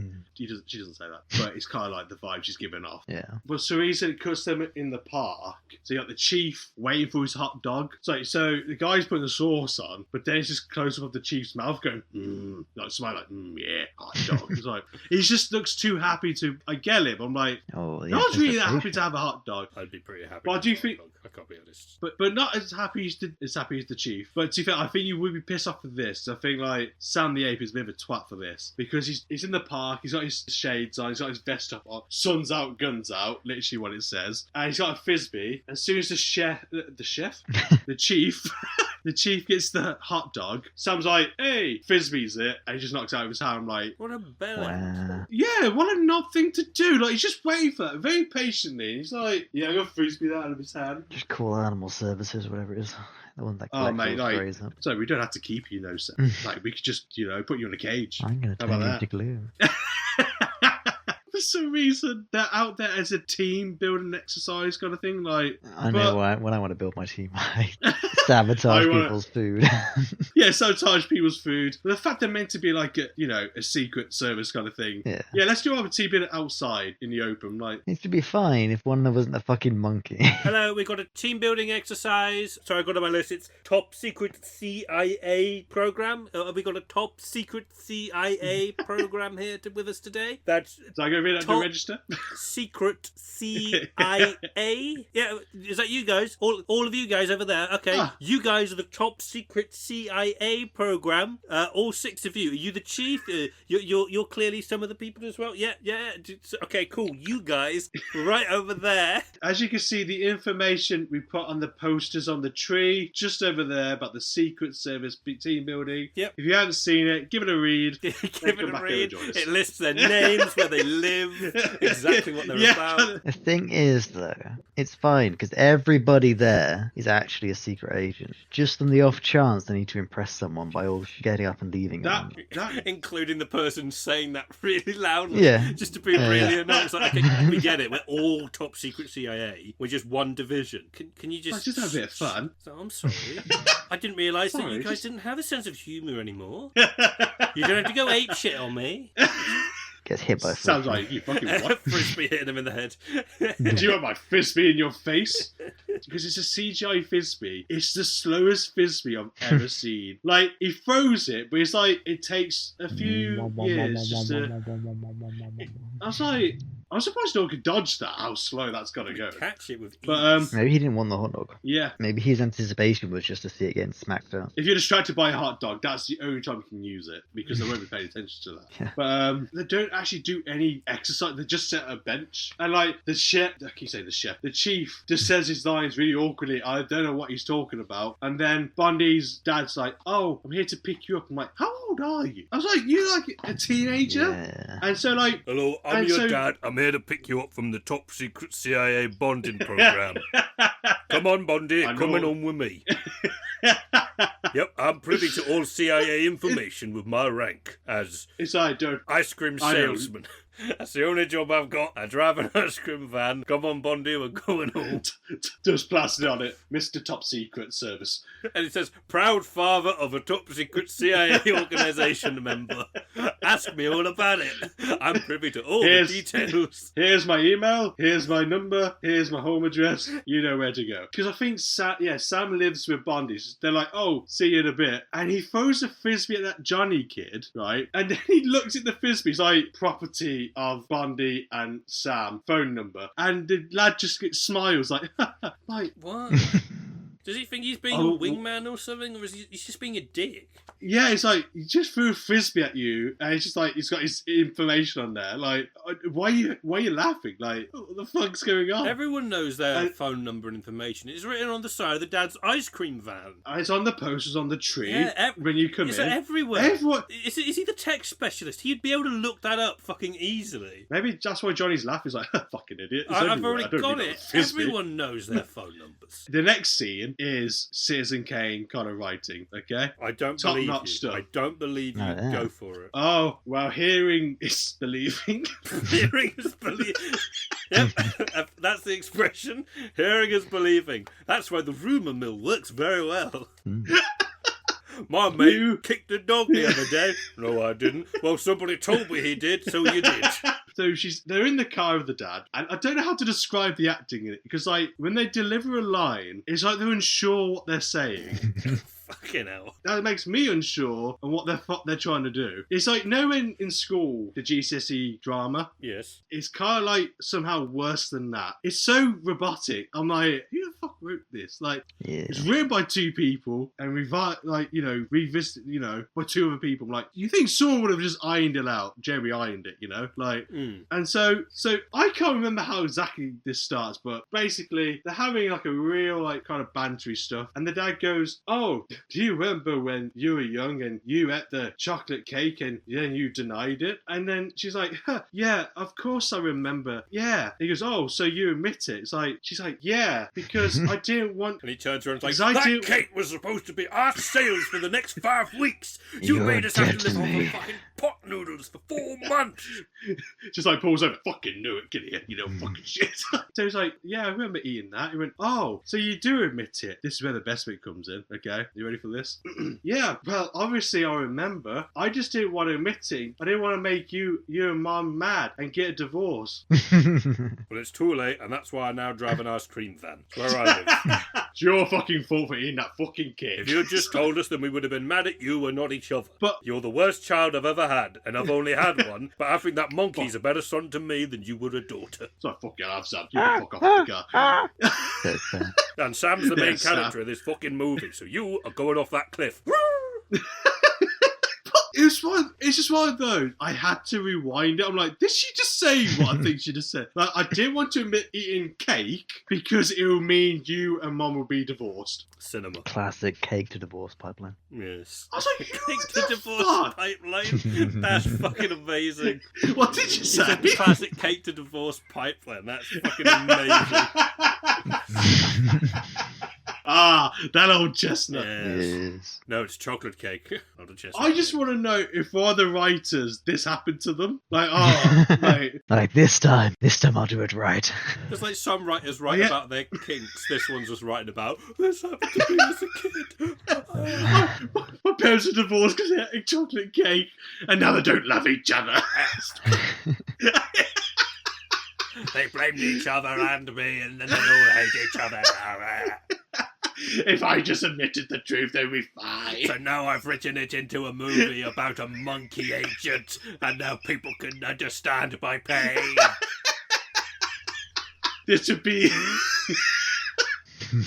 I shouldn't have slit. Hopefully people understand the pain I went through. This will be my magnus opus. This is the equivalent of my Schindler's List. It was that harrowing for me, and it will be that harrowing for other people in a movie about an animated monkey. That throws a frisbee at people eating hot dogs. This will be everyone's therapy, everyone's coping mechanism. It will traumatise the nation for that reason and that reason alone. It's just so fucking stupid. Yeah, it is. It's just don't want to say anything because it would cause you mom. That is gotta be the funniest shit. I would love to see that in EastEnders. Just so like the way they're screaming at each other, like that would be fucking perfect. It's got the good old like parent and they're like shouting at each other, and then like it sort of zooms in like below them in the background. It's just the small sad little girl with cake around her holding a cake. Yeah, covered in cake. You got Phil Mitchell saying, "Hey, who had the fucking cake? You slag." And Danny Dyer's just there like, all right, calm down, everybody. Everyone, calm down. I was like, nah, You taking the? you've had one too many. Oh, no, you've had one too many. I touched the fucking cake. You're eating my cake. I was given that for my wedding 5 years ago. Get out of my birthday party. You're gone. And then just all wearing like the fucking like real cheap paper hats. Like, birthday party. Just pans to the kid underneath the table, chocolate. It's like do do. Do do do do do do do do do do do do. And people are just, as you just cut to the person watching it on TV like, the fuck was that? The great British break. And Danny Dyer watching them with her was like, oh, I've got to be this. I was high during this episode. I don't remember any of this. I'm not gonna lie to you, I was pretty fucking drunk when I did that. Yeah. So yeah, kids like, I don't want to tell you, otherwise you get divorced. In that accent specifically. So what happens next? Like, where is this film fucking going? And Father's like, well, now you've told me I have no choice. We've had more talk Gotta about go get a divorce. parents getting divorced than we have about a fucking monkey. Very gay. It just makes me laugh though, because I can remember the sad music as well. So you can't be fucking. Fucking I'm just hell. imagining a Schindler's List theme now. It's just so funny. The It's film's in just black and white as well. Just only for this scene. Yeah, just this scene. Just this. There should be like a red velvet, so it's just like the girl, like no, it's just like the red coat or something. It's like just black and white red velvet.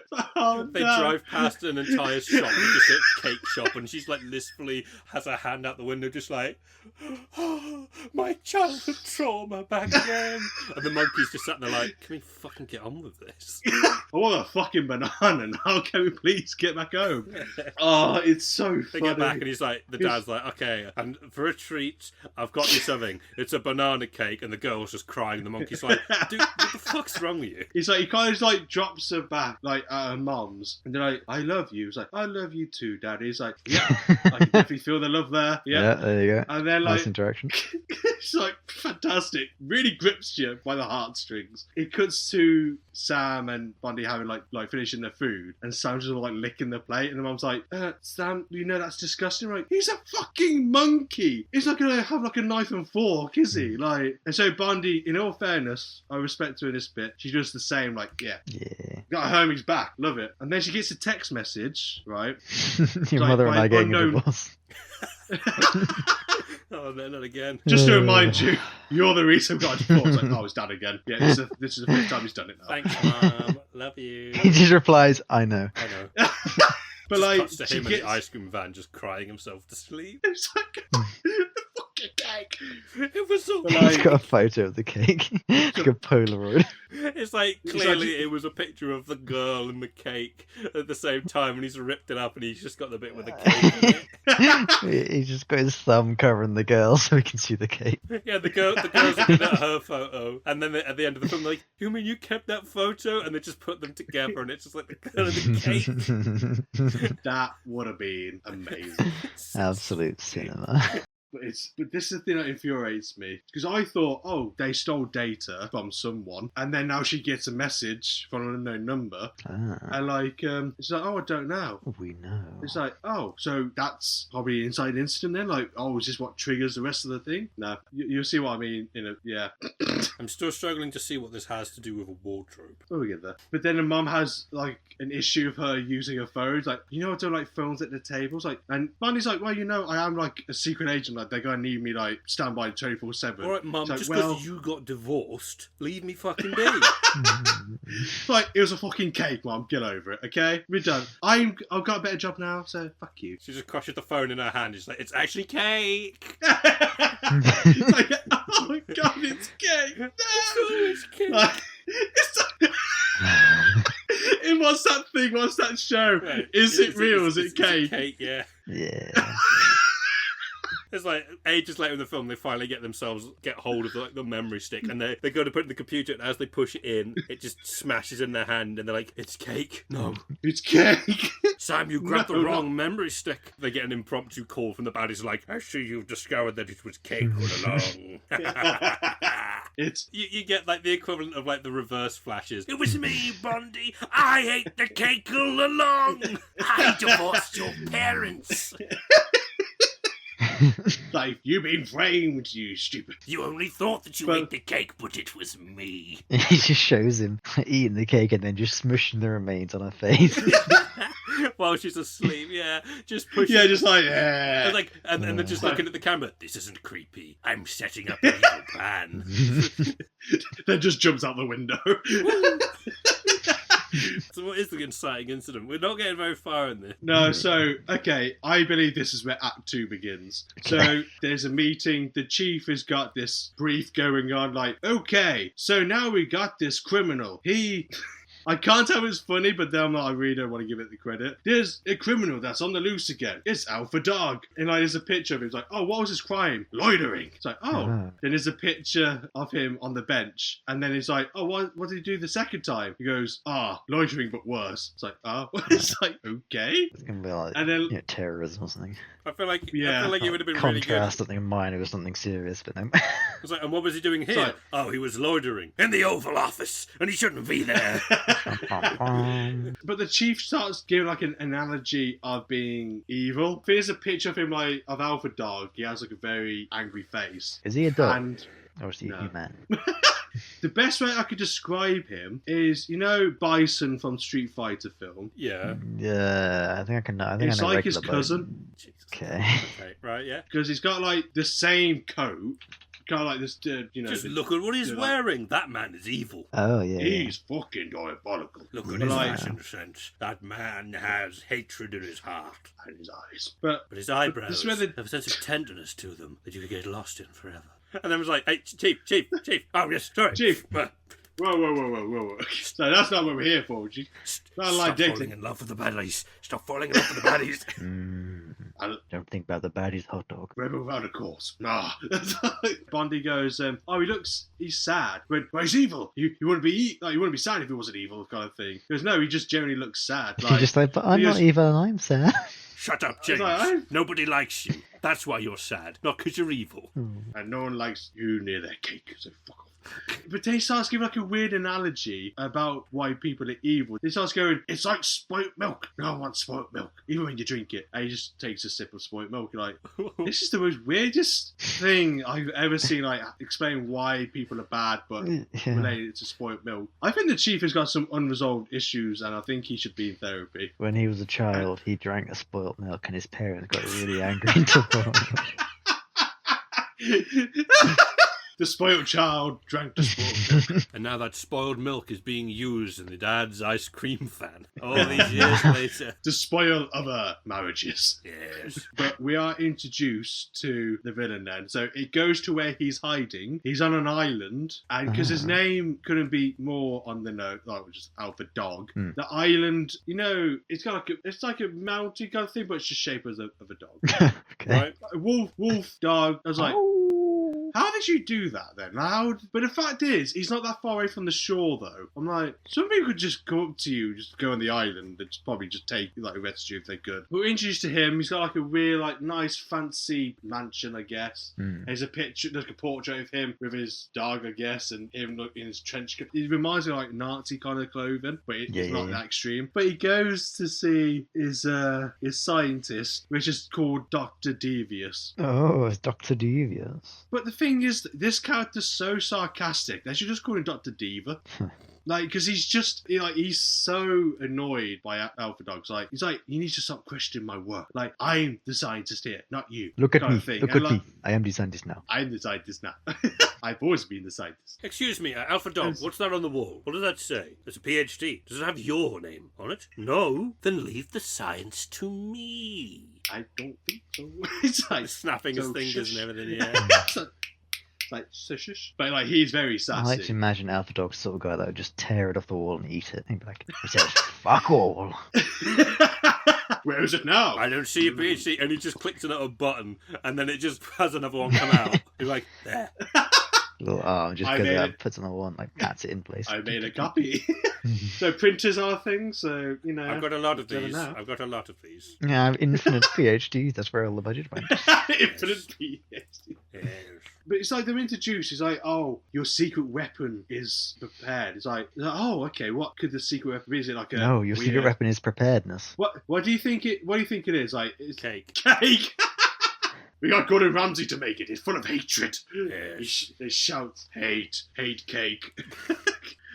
But seriously, what do you think? What do you think this weapon? Do you think it could be cake? I think it's a banana. It's a secret weapon. Banana? Like, There is. think he wants to take. He wants to like take over the world. What do you think, Alpha Dog? Come on, what do you think he'll do? It's a big You robot can- wolf. It's a giant EMP. Rhys has got like half right.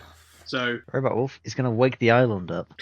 That was fucking great. It turns out that the giant wolf in the mountain is just part of the robot. Yeah, Wolf Kaiju.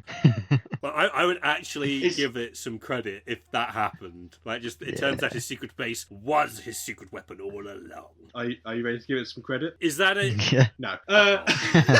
Damn it. So what it is? So you're half. It reminds me. It might remind me. It was Kingsman 2. If you guys have seen Oh, it. it is mind control. That's what happens, right? Sort of. No. Well, like an aggro. No, 2 robot dogs. You're like, Oh, isn't it? it's like, oh. Oh, yeah, there was. Yeah, I forgot about that. Oh, Yeah, it's just 2 robot dogs, like literally, like you know what height dog kind of thing. I'm like, how? I know it's a kids' film, but realistically, how do you think 2 robot dogs are going to really take over, like help you conquer the world, like realistically? I mean, they'd be pretty like- difficult to take down until you knew you were fighting 2 robot dogs. And like, okay, military, we'll find 2 robot dogs, get something with like half decent firepower, get a 50 cal Yeah. or something. Mm. And then Or, easy. I would have thought like or just melt, or EMP. Both of them will do. Terminate it, like Terminator it, like, just like throw some lava on it, it'd be fine. Like, fuck, it's metal. It's So just net, like. steel net. But it's what they did, though. You know, they just do something. You're like, okay, they don't do that ever again. But like, when they go, yeah, let's go and see them. It does like a Star Wars, like, no, it's just like the circle, like transition. I'm like, but that never happens again. I'm like, so why did they do? Did they just forget it was there? Like, oh fuck, yeah, I guess there's a transition we could have used. Like, okay. He's like, oh, the 2 dogs, but they don't respond well to the commands, so they're pointless. But then one loses its shit. It just runs out like through the brick wall. But then who's there? Sam. Oh, that's the one thing I completely forgot. So Sam has been sent to the island by himself. He had a jetpack. He was just sent there, and yeah, that's pretty much it. So he just flies over there. There's sharks in the water, some shit. But yeah, so he's coincidentally at the place, like the same part where the dogs run out the wall. It's like, oh, so he's just like peeping through the hole, just seeing the villains. And then it's revealed at this point, Alpha Dog has a daughter who's just walking around the facility. Her name's Rebecca. And Rebecca Dog. what was Rebecca Dog? Yeah. Alpha Dog, Rebecca Dog. Rebecca, Baker, Baker. Beta Dog. Oh my god, it's all making sense. But That's how like, she gets her, like, her father gets taken out, and that's how she gets her villain name. it's like, yes, I will avenge you, father. But like, she kind of like unfazed. It's like, oh, are you one of Dad's like weird animals and stuff? To be fair. And like, he just kind of like, I don't know, he can't. They just have like an interaction, but then he just climbs away. Oh no, sorry. She says this really heartbreaking thing. Actually, He's like, she went, here's some cake. Peace. I ate my dog, and that's why my parents cake don't would be want it. useful in this bit because she goes, oh, my dad just messing around with stupid things. Like, I wonder if he's even made it my birthday today. I was like, oh. So the cake would fuck work. you. Cake? It's like, Bundy, get over here. But like, he gives her like a hug. I'm like, oh, okay, that's kind of weird but sweet. And then he Okay. fucks off. It's just, yeah, he just climbs away. I was like, okay. And then Alpha Dog comes out like, oh, Rebecca, what are you doing around here? Like, you know, like, it's not safe. And so, like, she kind of gets angry at him. It's like, oh, what do you want me to do, Dad? Like, we're on the beach. Like, and plus it's raining outside, which it isn't because it's sunny. He goes, so if I did want to go out, like, I can't do it. So he goes, what do you want to do? And it's just storms away, like, oh. And the Div is like, you know, it's hard being an evil dictator and a daddy at the same time. It's like, bloody hell, this film. And he just pulls out a gun and goes like, say that again. Then it cuts to, there's more villains, right? What? This film's a fucking mess. Jesus Oh, Christ. yes. So they're just sitting there. I can't remember their names, to be honest. I think this one called The evil no, Dan. like the evil queen. Okay. Queen evil. The And Red then you got a Queen. guy that's bald who just has like these like Baldy. cyclops like Caved Foley. I think he's called Chrome Dome. Chrome Dome.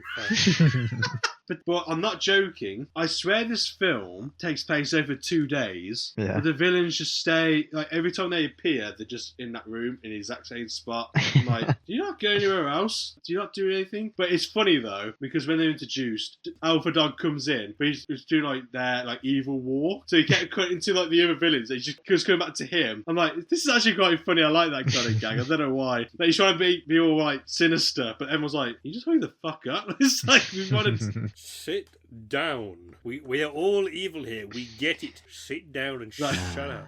We know the walk. We're all on the same boat. We here. walk the walk. We talk the talk. We walk the walk. And like the villains don't get on with each other, ironically. So they always argue with each other, they disagree with each other. And so he tries to like make them calm down and make sure we're on the same wavelength, man. And he Like, goes, yeah. calm the fuck down. Otherwise I will kill your no. Otherwise, I will give your family cake. Oh, Cake. we'll behave. You wouldn't. And I'll say that you forgot their birthdays because I forgot my daughter's death. I can't. I was saying you forgot their birthdays because that. Oh. So shit. I really am. Let's be going.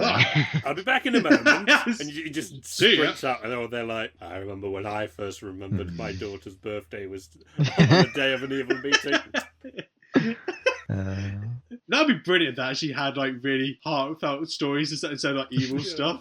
Yeah. That'd be brilliant, like a complete tonal shift. I don't think anything really happens in this scene. Like they're just bickering.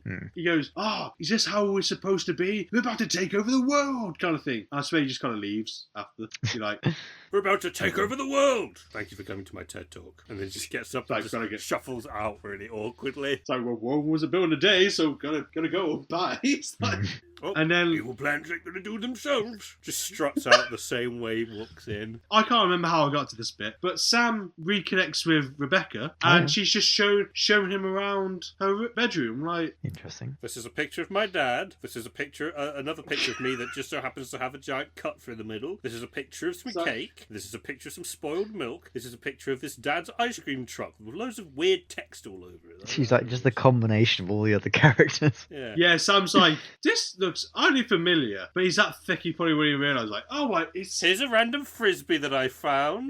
Dad, he's got the same name as me. She's just pretty much showing her around the room, and then I think she mentioned about like a mum, like she passed away, and it's like, oh yeah, Dad doesn't really, Yeah, she had you too know, much pay blood attention now. to me. Then Alpha Dog comes into the room, and so like he hides. He actually hides this time, so just standing there. And so like they're talking, and like he's trying to have a heart to heart, and he starts looking at her stuffed teddies. You're like, I see where this is, because this is a very cliche thing. But the one bit I didn't expect though, I was waiting for that reveal of Sam being amongst them, like, oh, they gotta do that. But before that, he kind of like, I think he's like, he reacts, he's like, there's like a teddy version of like a German Shepherd. And he starts going, ruh, ruh, ruh.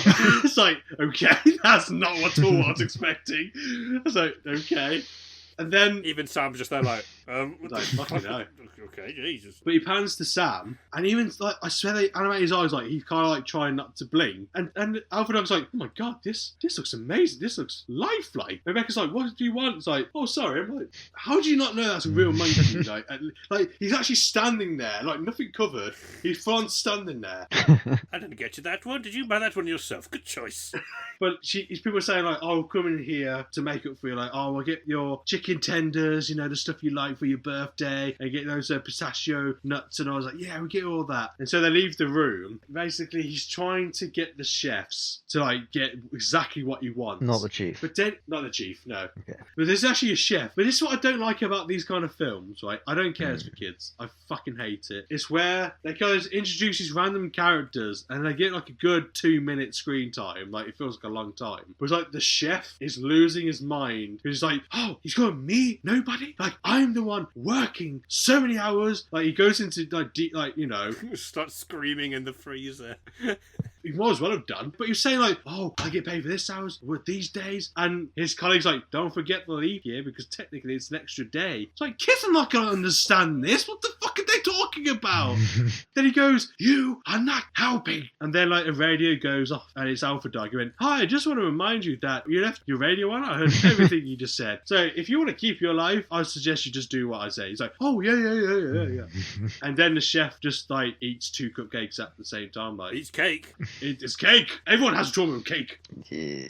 So that's that bit. Like they're not introduced ever again. Like, what was the point in that then? It's just showing how forgiving rather, Alpha Dog is. He's not all that To be bad fair, at heart. I will admit, Alpha Dog is kind of funny. Like he's like the only actor that understood what this film was going for, and it's brilliant. I know it's a very specific reference. As again, as Red Dwarf, I know. But can you guys remember in series 1 where Lister had that virus? Where he had his confidence and his paranoia. Yeah. He speaks exactly like confidence. Okay. Christ. Like, he's like, oh, I love my daughter, I just love her to bits. I just want to run over the world, just want to do that. I'm like, that is confidence. Literally, both meanings. Like, he's got confidence and he sounds like confidence. It's like he just understood how campy to be, like, in this film. Like, I actually really enjoyed the performance. I'm not saying in a great way.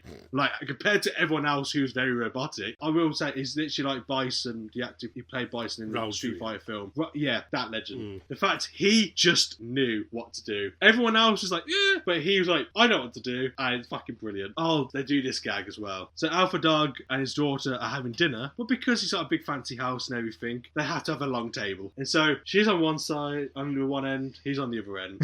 Right. But he did make me laugh though. I think it's because how he acts as the character. Like Rebecca's like, oh, Dad, do you have the salt? He's like, what's that? So do you have the salt? It's like, yeah. And he's like, butler, bring the salt, where's it over there? And like the butler goes, like, grabs the salt, gives it to him. And then he's like, oh, Rebecca, do you have the sauce? It's like, what? It's like, you have the sauce? It's like, yeah. So butler, go get the sauce. So the butler's running up and down. I think Rebecca's like, Dad, why do you have to sit so far apart? It's like, what? It's like, why do you have to sit so far? It's like, I can't hear you. It's like, but why are we sitting so far? It's like, I can't hear you, Rebecca. They just cut away. I'm like, I kind of like the fact they just left it like that. I didn't laugh. I was like, okay, yeah.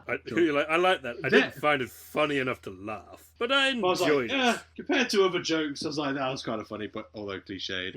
And then he goes back to the villains who are in the exact same place, still seated, like they haven't done anything with their life. He's trying to get them to get along still. What did I put here? Oh no, okay, so I think he just pretty much says, like, yeah, I've got a plan, I've got this weapon, we'll be ruling the world. Then it cuts back to the headquarters with Bondi, and what did she say? She's like, oh, sorry guys, I've got to go home because the adults are talking and they need me there. I'm like, Wait.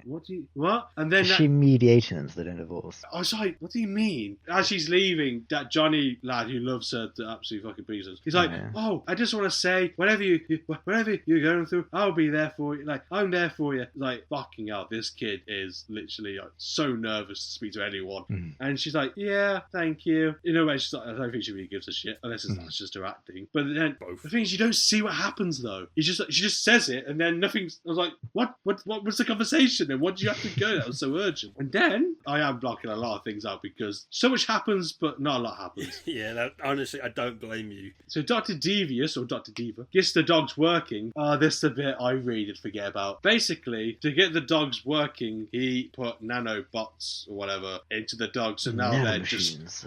I was so close to going, Sam, do you want to or do you want me to? And you did it without me having to prompt you. I'm so happy with that. I was right about to say, do you want to, Sam, or me? And you just went, that's my job. But just because. It's like, oh, now they run smoothly, they obey. Alpha Dog's like, oh, heal. And like, the dog heals. And Dr. Eva's like, oh, you're like this. He rolls. Alpha Dog's like, oh my God, did you see what he did? He rolled. Like, oh, when he said, I was like, he's really loving this new toys or like death machines. Because I was so happy. Come on, boy. Solve my marriage issues. Don't eat my cake. Save my relationship with my daughter. Otherwise you'll get crushed. And the dog's like, oh, and just runs off to just sort of like fix stuff. Come on, boy. And like, do my taxes. It's like, I'm not that kind of dog. I'm not a working dog. Ain't nothing but a hound dog. just starts doing that. I was like, And everyone in the room is like, fucking, did you program him to sing? No. it's like, you got a karaoke option? That's awesome, man. But I was worried about the scene that followed because I literally prepared myself because he's that excited. Like, oh, my robot dogs are working. He breaks the fourth wall. He goes, do you know who let the dogs out? I'm like, they're not going to actually use the song, are they? And then they don't, thank God. But he starts doing like a weird solo dance, like it's like a weird spotlight. And he's like doing his finger guns and like, it's like being back at school and knowing like the awkward kid that starts dancing. You're like, Yeah, do you remember that, Sam?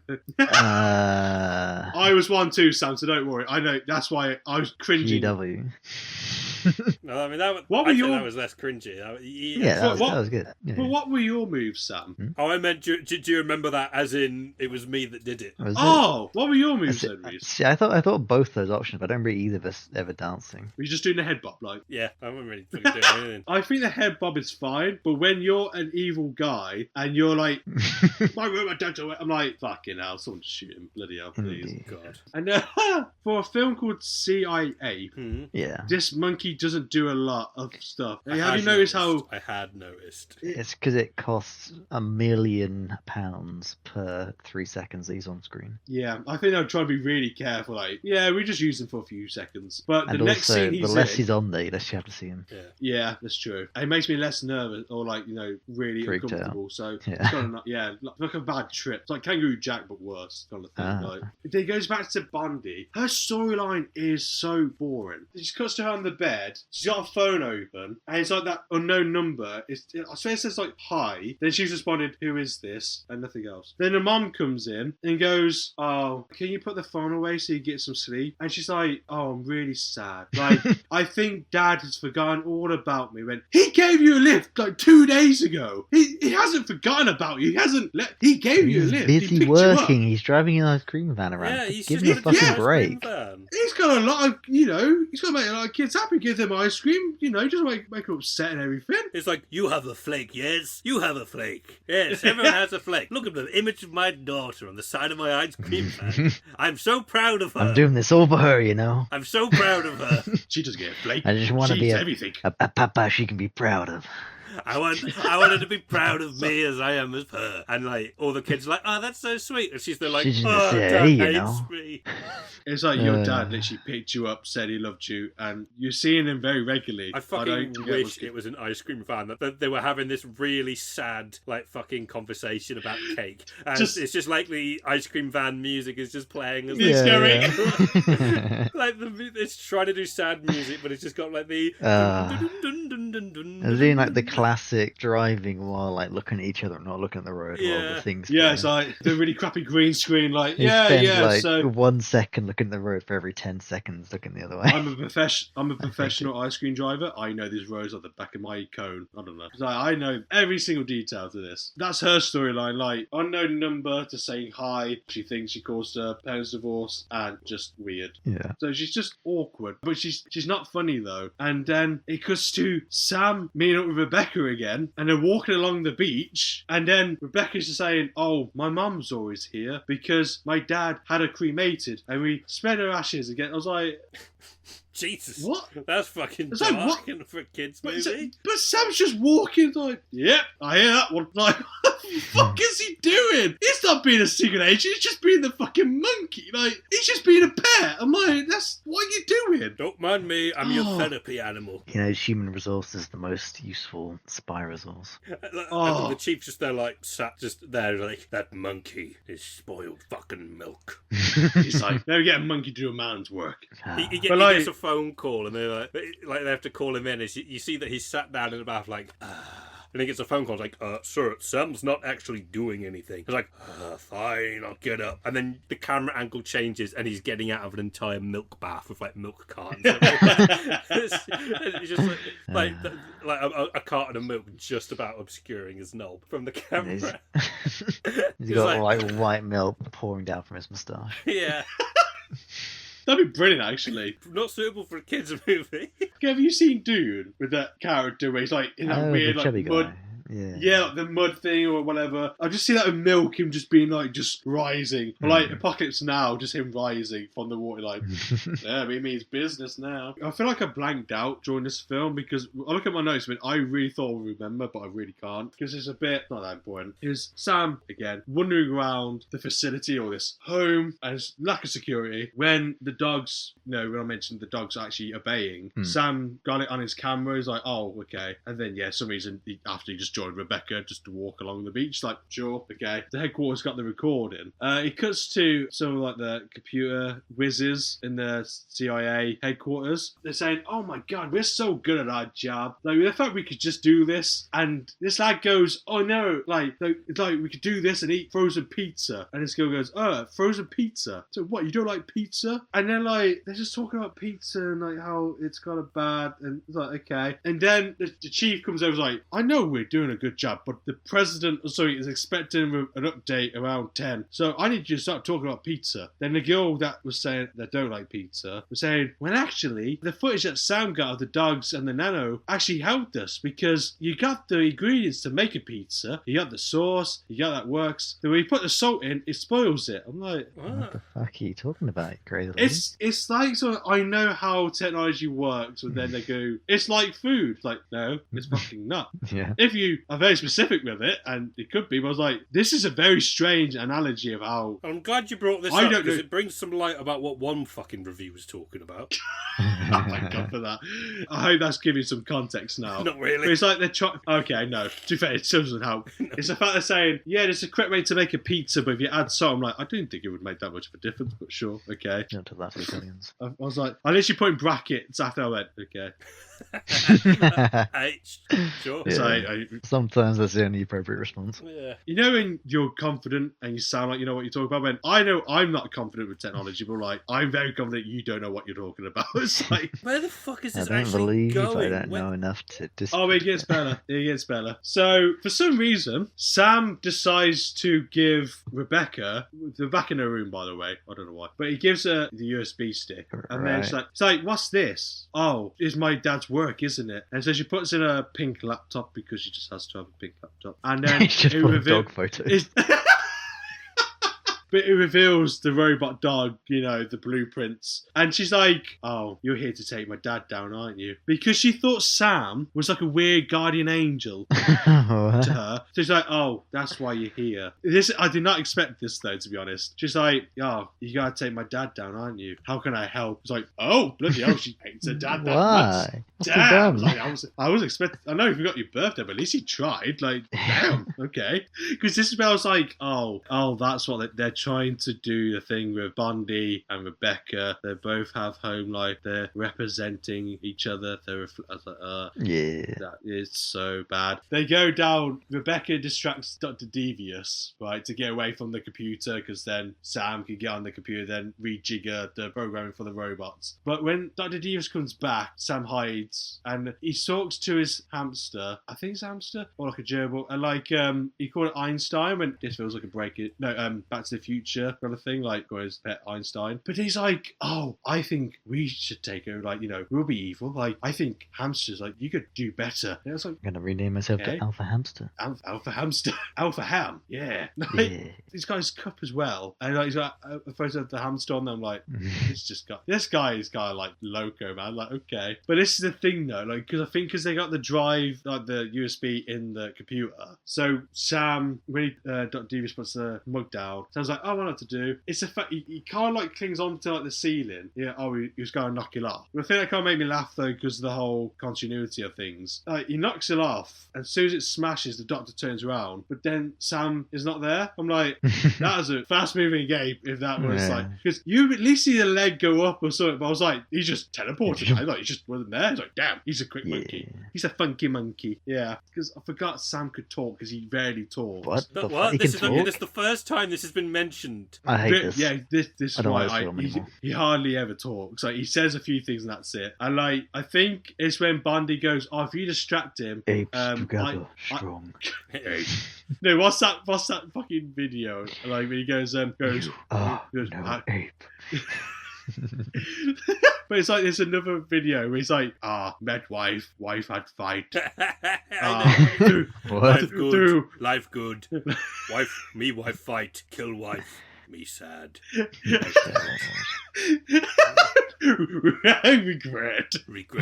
I was like, if he spoke like that would be perfect. How does he talk? But it's like it's like your typical like American male voice actor. I think, but like, Wow, for gee example, whiz. Hey, I'm a monkey here. Step off. but less animated, like Enough of this monkeying around. Enough monkey business. We gotta get moving. Come It's a on. dog-eat-dog world out here. this has a Man, it's cigarette. a monkey Man. banana world out here. We gotta get moving. Come on, capiche. But he goes, if you distract the doctor, I could do the programming. It's I'm just I was on like, it. oh no, sorry. It's basically with Rebecca. When she goes, what can I do to help? He's like, you gotta bring him down. He I goes, love the idea that's the first time that he's ever said anything to us. He's like, you here to bring my dad down? How can I help? I need you to hack into a computer. And she's just like, Jesus fucking Christ. it's like, bloody hell, where the fuck did Talk? this come? Yeah, we'll talk about that later. It's fine. I need you to hack into a system. And she's like, oh, fuck.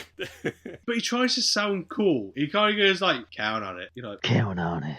Okay. less cool than that. Just Count on it. Count on it. I'm moving. it just sounds like a guy you just bump into. Count on it. Like, have a good day. Count on it. That's what I was like, yeah. Count on It it. doesn't seem to be anything behind him. Well, no, nothing behind it. But like, he distracts the doctor. He gets the stick out. Oh, we got the staff. Oh, no. I think the doctor doesn't see him take it, but then he's like, what the hell's going on? And Sam leaves. He and, gets like, a blink, the disconnected device thing on the computer. He's like, what the fuck was that? So, what the fuck? What's going on? But I think Rebecca says something like, talking about her dad. And then Bondi hears it. And she's like, man, that girl needs a friend. Yeah. We're so alike, you and I. We're not so different, you and I. I agree. I agree. We should be friends. You have a thing with cake as well, because I do. God. But, I mean, how does the film actually fucking end? There It can't be never that ends. much left. no, I've literally got Oh. about 3 bullet points left. Give us the bullet Beats. points. Quick fire. Give us the bullet So- points. What the fuck are they? So, Alpha Dog Yep. Yeah. presents his weapons. Mm. So the villains this time, they're outside. They're not in the fucking room as they're all sitting. And they've all got their separate groups. They look shit. Superhero cliques. Pretty much. They're the nerds. You They're got- the jocks. They're the guffs. It's like you got the one with Chrome Dome. He's wearing sunglasses, but they're all wearing silver. You're like, okay. Then Evil Queen. This woman's just like, it reminds me of Red Riding Hood, but it's the fact they got elderly women. There I'm like, we are scraping the barrel with these extras. Like, it just looked really awkward. And so it's like, the day has come. We rule the world. Here are my weapons. So the dogs walk out. Oh, fuck yeah, 2 Okay. dogs, let's go. 2 dogs. You got an army of these, right? No. It's like, Army? it's just these bad boys. That's all we need. But because they managed to fuck with the programming, they start spiraling out of control. Oh, my. Their heads start flying off. Their paws start coming like a missile. And the villain's like, yeah, this is really shit. We're going to go now because that was just fucking terrible. Like, that was just awful. Get a load of this asshole, guys. Like, that's all, guys. And so Sam is there. He's dressed as one of the villains. And he's like, he just throws raspberries and he fucks off. I'm like, Legend. so none of the villains question the fact he's just there. But he disappears, and the next scene, Yep. Sam brings Rebecca a heart-shaped stone, because I'm guessing she probably mentioned that in the dialogue, and I've just completely blanked it out. And she's like, oh, I bet she sent you here for a reason. Like, no, he works for the CIA. He's meant to be fucking, doing his job, but he's just been babysitting you. And then Alpha Dog comes in to the room. Sam's like, oh, I better go. And Alpha Dog, because he had like a weird way of talking, he's just like, I'm glad that you sabotaged my thing today, because I wanted to take over the world, but I never knew what the world was right in front of me the entire time. Like, yep, that's where I knew he was fucking going. And then Sam just leaves the I room. think it'd be funny if and Sam then- just does. It's like, do you know what monkeys, chimpanzees normally do in this situation? I don't know what you're talking about. Tear people's faces off. And then just has a shit and just flings it at him. So here's what I think. You piece of shit. He asked Rebecca's forgiveness when, can you give an evil guy a second chance? And they kind of figure it out, I guess. It cuts to like these weird newspaper things. It doesn't really fucking mean anything. I was like, yeah, great. It's just the end now. No. So I will read this out. So Bondi is in a car with her dad again. Oh yeah, And let's go. they pretty much make up. It's like, I love you, Dad. Like, oh, I love you too, darling. It's like, great, I'm getting out of the car now. She gets out of the car. They're back at the fucking park that they were at the beginning. beginning. I mean, you say And they the make chief is up. Did there. the dad even know anything was wrong? Last thing he saw, they were like they had a good chat. They said that they love each other, and then he went off Well, that's to because work. the whole. I think they're just making up as they went because she's like, oh, but Dad's forgotten about me. No, he hasn't. He still picked you up. Yeah. He's still. So they were just kind of weirdly. I'm guessing they just forgot. They were like, but hang on a sec, fuck, we wrote they're loving each other a bit too early. That was It's supposed like, to be later when they made up. It's like, we didn't check okay, this properly. insert conflict now.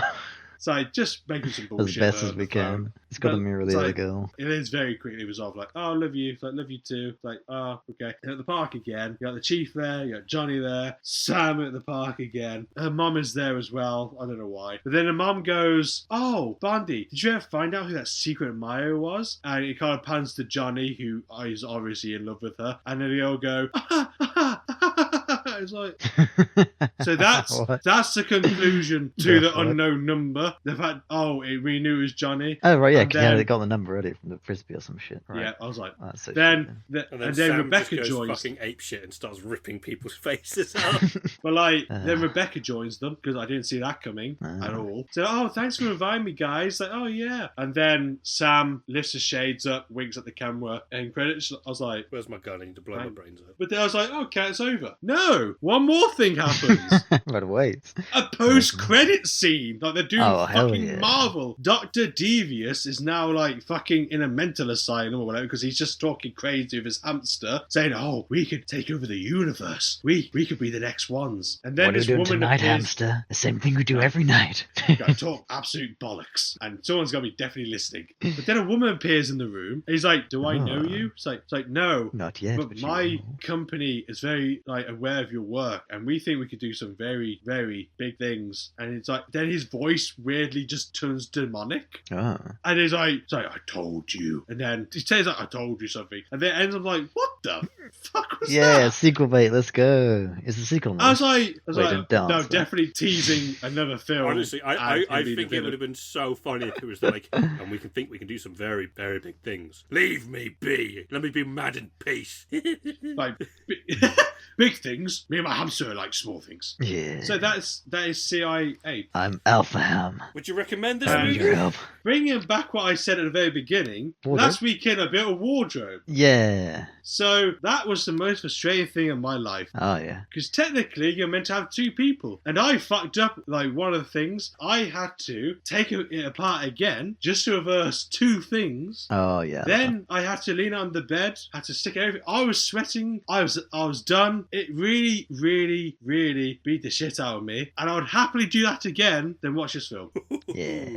Yeah, I had a feeling that was going to happen. So I'm going to say that's Oh, yeah. a not recommendation. I think that counts as a final verdict. Give me 4 words. This is alpha shit. For shit. Okay. Gotcha. And now that I've covered everything from my notes, Yes, destroy them. Rip Tear them on. apart. Yeah, that is honestly fair. Burn them. I feel a lot better now. Nice. Mm. Yeah, it's just one of those, like, it's just so bad. It's just the fact, like, what you said, what you're getting angry about. Where's this film going? I'm like, I don't think the film knew itself. Yeah. There's so many different characters and non-interesting, like, storylines that led anywhere. It was just a load of nothing. The fact, the ape, the title character, just nothing. He just babysits this girl. By the way, I've been having the shouldn't have this soundtrack playing like half of these. That is fair. Because of the cake. Yes. You're talking about Alpha Dog, whatever. His like plan being ruined and like things get sabotaged and he's all sad and it's got that playing. It's like, oh, that's kind of sad actually. I'm not exaggerating. I really enjoyed the actor who played him. Like, it's not great, but like, at least he felt more fleshed out compared to other characters. Mm. He had his goals. He had his obstacles. You know, Yeah. juggling evil life with his family life. Like, he overcome his obstacles. He's learned, and I think he's arrested. I don't know what the hell after him. He didn't really do anything wrong in a way. He's just an idiot. But like, Conspiracy to be evil. if he's in the sequel, I think I'll Conspiracy definitely to give it a commit watch. unspecified crimes. We're not going into detail because it's a kid's film, but we're just going to go loitering. Yes, and trafficking. Yeah, loitering. Sorry, yes, you're right. Trafficking? That's not my daughter. So thanks for recommending that film. I'm really glad it's on Amazon as well. I so. never recommended it. I just said, here, watch this. I want to make it very clear. Anything that I give you is not a recommendation. A lot of the times, it's a suffering. A sufferation. And you definitely succeeded in my stuff. You're welcome. So do you want to go with Monkey Hero reviews first, or do you want to go with C.I.Ape? Go with Monkey Hero. The first review that I've got is from someone's blog post from a Zirkron Swift. It's like a thread that somebody made as a review for it. The review is as follows. The Legend of Zelda, quite possibly one of the most popular series that includes adventure with hints of RPG elements. The way that games were created was simply a piece of magnificence that dazzled with awesome and timeless music, simple yet engaging controls, and most importantly, a superb story to immerse yourself into the world of Hyrule. That is how an adventure game should be created, with everyone, including the villagers. Foley's already lost it, it's great. Including the villagers, full of character. Items that are used more than once and can be used in more ways than other. Actual creativity used in its dungeon layout give the satisfaction to the player for solving the puzzle. The Legend of Zelda games are of the finest quality to do this in a third-person perspective. Then there are rip-offs, like The Adventure of Monkey Hero. Yeah. Monkey Hero. How to describe this? Imagine The Legend of Zelda: A Link to the Past. Now imagine that the game is riddled with a low frame rate and it's prone to lagging. Imagine all dungeons long, tedious and unsatisfying. Imagine all the fun taken out of the game. That it was a dull, monotonous adventure of unrealistic and terrible character development. In fact, just imagine everything in the game as plain bad, apart from the music. That is Monkey Hero. Can't imagine Link to the Past being bad? Then you need to play this game to understand. Yeah. I mean, just like all other games, it starts off fairly good, but it's when you get to know the game up close and personal, and it shows its true colours, that the game gets really terrible. I'm prepared to say it. The game is terrible, not to mention hugely disappointing. And I've got a comment of that review on the same thread from a guy called Earth Warrior, which just says, "Nice review. You supported everything and gave examples. I liked how you compared it to Zelda. Also, you thought the game was bad and had 1,800 words. Great job." I was like, okay, cheers. That's funny. What? Yeah, that's funny. Very supportive. I love it. Yes. Very strange. I've got another review here. I think this is actually an Amazon review, I believe. By G. Wilkie. G. Wilkie. 5 stars. So Wookie then. I played this the first time around on the PlayStation. Disappointed it didn't play on PlayStation 2. Thankfully, resurrected PS1 and enjoying hours of fun. My 6-year-old is now running around the house dressed as Monkey Hero and eating peaches. Game can get frustrating at times, but light-hearted fun for all. And not too difficult for us non-pro gamers. Yeah. I love how one of the main positives is the fact, it's got my kids eat peaches.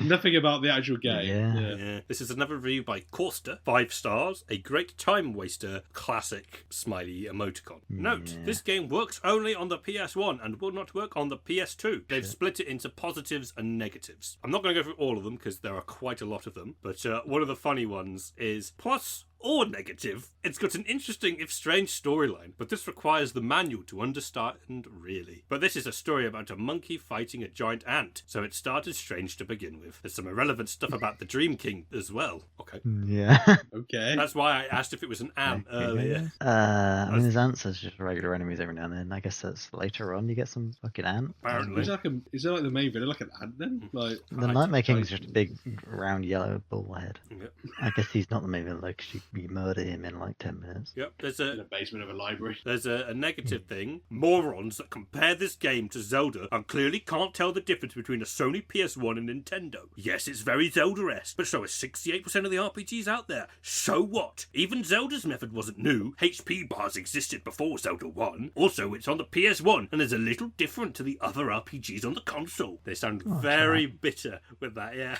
Yeah. Bit subtle, but yeah. You see, it's on a different medium, therefore it can't be the same game. Yep, pretty much. Come on, man. There's another good review here, which is by Valerie Brooks. 1 star, not pleased at all.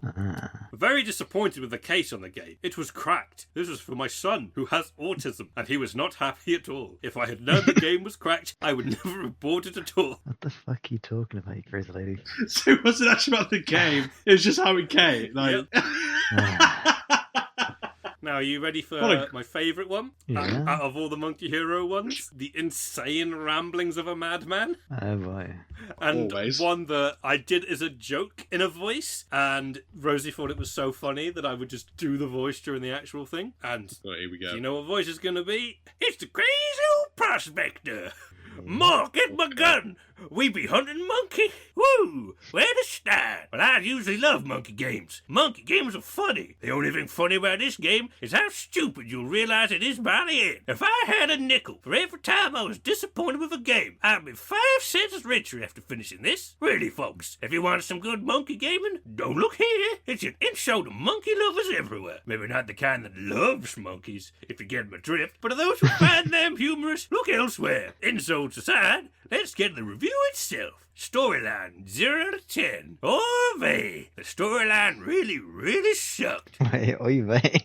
That's why it's even funny in this book. What starts off innocently enough about a monkey setting out to cover pages of a magical storybook turns into an evil traveler with no real plot twist and a pathetic excuse for a villain. What the hell? Could they at least put some story behind this thing? Anyway, the storyline is just bad. If you're looking for a story, run, please. Graphics is next. It's Graphics, 8 out of 10.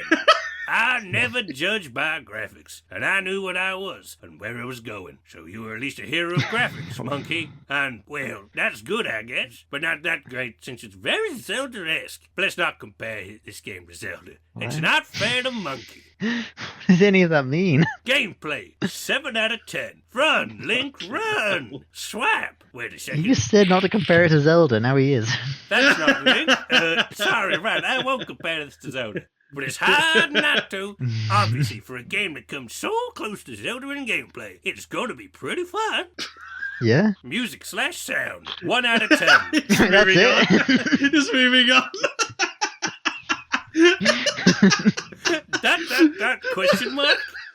I guess there was music, but don't even remember it. However, because of that evil credit music, Monkey will not be getting a high score. If there was music I wished upon my worst enemy, Joan Rivers, to listen for the rest of her life, which is probably 3 weeks, it's this. Wow. Evil. But I guess they did a good job with the BGM, even though I can't remember it, so we'll give this game a 1 for effort. Monkey, monkey, monkey, monkey. What's it, 1 out of again? 1 out of 10 for the music. 1 out of 10 for the music? What the fuck? That's a bit harsh. Isn't that bad? Monkey value 0 out of 10. No monkey I for him. see. Get away. Monkey was pretty cool at first. But once you hear the ending song, you'll most likely hate him. Sounds. Amazing. Imagine this. No monkey for him. Oh dear. End song, minus 50 out of 10. It's times like this, I'd like to be deaf. What the fuck is that? He's already taken points off the other music, and how can he take it off again? It's outrageous. Result. Maybe he is deaf. 3 out Maybe of he's 10. deaf. It's not horrible, but if the gameplay was bad, it would be. I'll give it a 3 for effort. What do you mean, if? Because there was at least intention to put a monkey in a game. But still, if you just want a good monkey game, don't look here. Run it for fun. Or if you just want an adventure game with practically no story. It's got too much writing for it to be no story. Yeah. Rating 3 out of 10. That review was posted on 2001, so 2 years after the game came out. Oh, yeah. Bloody hell. And That's amazing. I read that review and I was like, that's fucking mental. I love how he just gave up halfway through one of his points. He's like, anyway, music. It's like, oh, good point, I guess. My favourite part is just the fact that he just says that his enemy is Joan Rufus. For no reason. There's no context. He just says his worst enemy is Joan Rivers. He just wanted That review was by someone called Darrow, by the way, in case I didn't mention that at the beginning. Darrow. I don't know. It looks like it's basically another user review, so I don't think they're a particularly well-known person. Cool. He is now. It's like, Oh, dear. we remember Darrow. So, now for the reviews of C.I.Ape. We'll start off with some, I believe these are Rotten Tomato reviews. Ah. What do you think the general score of this film is, Foley? I want to say at least. Oh, you thought you were asking me this, mate. It's at least 2, right? I always say, I'll at least say 10. I'm going with. Oh. Out of 5 10? stars. Monkey, very, very moist. Watch it or you're a dipstick. If you hate it, insert SpongeBob saying, who put you on the planet? Ugh, here. Top tier movie with a funky monkey and a silly milkman. 1,200 out of 7 would recommend. Wait, Milkman? Milkman? What, the boss, the chief? Yeah. What? Brilliant. Spoilt milk, brilliant. Fucking hell. Fucking No, it's milk, because of the man. milk bath, isn't it? The milk bath. Yes. His slumber of milk, yeah. We've got another review Oh. here. It's how we stayed young. 5 stars. C.I.Ape is the best movie ever made. And it is the best movie that will ever be made. It has wonderful action, better than any Marvel movie I've seen. The CGI is even better than Avatar or Lord of the Rings. I am astounded that it didn't get any Oscars, because it should have won all of them. The Oscars should be changed to the C.I.Ape Awards, because if it didn't run, the whole thing, and not be nominated, it would win every time. The cinematography and the direction was the best I've ever seen, and the acting? Oh, the acting. I couldn't tell if I was just in a conversation with them, because the acting was that great. What else can I say about C.I.Ape other than it's the best movie ever? Everyone should stop what they're doing and purchase a copy of C.I.Ape, because everyone should see this amazing movie at some point in their lifetime. Watch it now, please. I beg of you. You won't regret it. It is the best movie ever. Please, watch it now. Stop what you are doing and watch it now. Enjoy the CIA. Why does it sound like a fucking Doctor Who episode? Mm. Like, what are you doing? Watch it now! Watch it now! Yes. Everyone, put down what you are doing. Purchase a copy of CIA. I really hope that is being ironic. I really hope. And then I've got another review here by Illy83507, and it is best film I've ever seen. Nothing happens in this movie. They are just showing some scenes to make it long enough to be a movie, but it can't be called a movie. The characters and acting is awful. Oh, sorry, did I say best film? I meant worst film I've ever seen, 1 out of 10. Nice. Yes. Nice. And then That was in the first half then. And then I've got a 10 out of 10 review. Love this film. I was working at McDonald's before I watched this film, but it now changed my life. It truly showed the meanings of life, and now I'm applying for a degree at Harvard. Thank you, C.I.Ape. That one is a review by Noah True, and he's got True in his name, so it's got to be real, right? Gotta be true. Yeah. Yeah. No, a true, not a true. P.I. Staker. Yes. P.I. Staker, piss taker. Come on. And this is a review called A Blast from the Pasta. Ah, Pasta. Oh, for fuck's sake. is it in Italian? This is really, really, really bad. I don't understand how they thought this was a good idea. I haven't even watched it yet. I've just seen the trailer.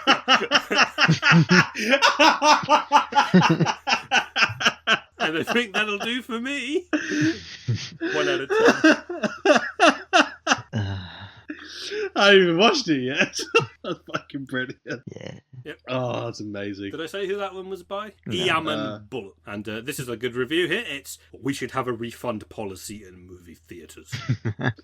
No, they didn't watch it. The cinema. 1 out of 10. This is exactly the type of movies that shows the need to have a refund policy in movie theatres. From the first minute, you know you have been fooled to pay for it. I have no idea how they allowed such movies to be shown in public. This must be illegal. Yeah. Man. I think they should arrest the people that allowed it to show. Like, That was by Dawood G. We have moved on from IMDb reviews to some letterboxd reviews. Who was that funky monkey? It's 2.5 stars, watched by Akukalancha, and it continues to say, objectively one of the worst movies I've ever seen. It's cheesy, cringe, has no production quality, and the acting and dialogue are on a whole other level of terrible. But it's 100% ridiculous fun. It takes a laugh at itself and knows what it is. Fun to laugh at for sure. It has B-movie quality and I enjoyed it. You'd think that the monkey was the most interesting, but no. The villains are what kept this thing going. It lost some steam in the middle. Could have done with a shorter runtime or more focus on the main monkey character in the middle. I still have no idea who he is. The comedy is very much like Austin Powers, but it never gets to those heights. It was a hit, but mostly miss. I agree with the outcome of the frozen pizza discussion. That was the context I had for it, so I was like, oh, I'm glad you brought some of that up, because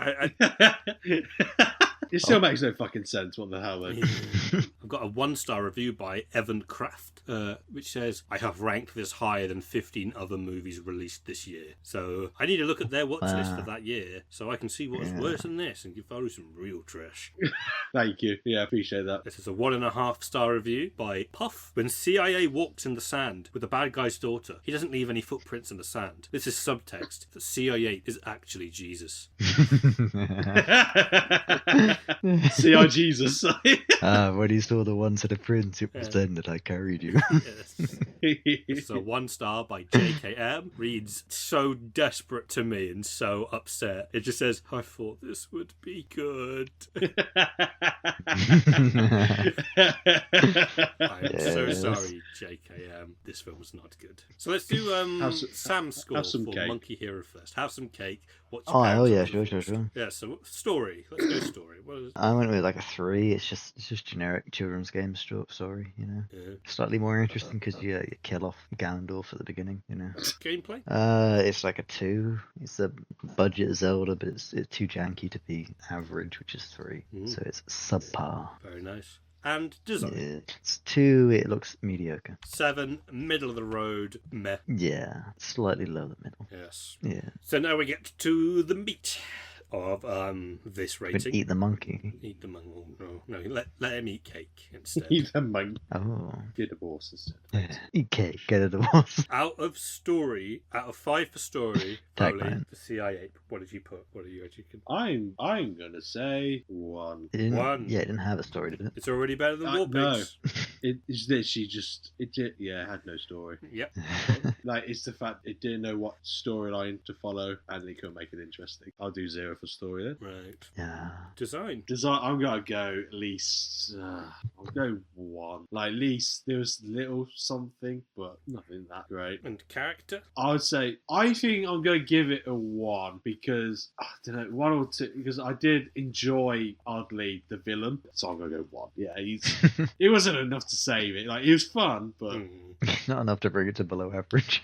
yeah, not enough to save it massively. No. So, if you had to choose between watching this Fuck's sake. or watching Cobra, which one are you going with? Which one's shorter? C.I.Ape. C.I.Ape. I have to go Cobra. You have to go with Cobra. Let's go. Because at least that Cobra wins again. it's Cobra. fucking It's you just so want to. good. That's Keep how much you winning. want me to suffer. You give me a shit film like, but you still watch Cobra though. What's your quote for this So- one? What's your quote for this one? You're about to say at least Cobra. Cobra Shit, tried. but it's not shit. It's Cobra. Like, yeah. Well, at least it actually had a story. At least I know what the fuck was going on. It was a shit But, like- story, but it didn't just move from scene to scene. This Well, is your it's your new thing. You have to add, if it's worse than Cobra, you need to add at least Cobra X. It's like a new torture technique. It's like, yeah, but if you had to choose, like, I don't want to choose, to be honest. If you just blast into space and just nuke it, I'll be grateful. But yeah, I'd rather watch Cobra. I hate to say it. Oh dear. I'd rather watch a game of Cobra. So, I'm going to assume that you guys probably know what the link is by quite a margin. Yeah, it's low budget. Yes, it's low, but no. Is it because it looks crap? Monkey. No, yeah. You have shown me. Monkey. That is the entire reason why. It's because It's monkey. a Is that monkey it? with a stick. No, is it because there's a monkey in both? Is that? Yeah. Yeah.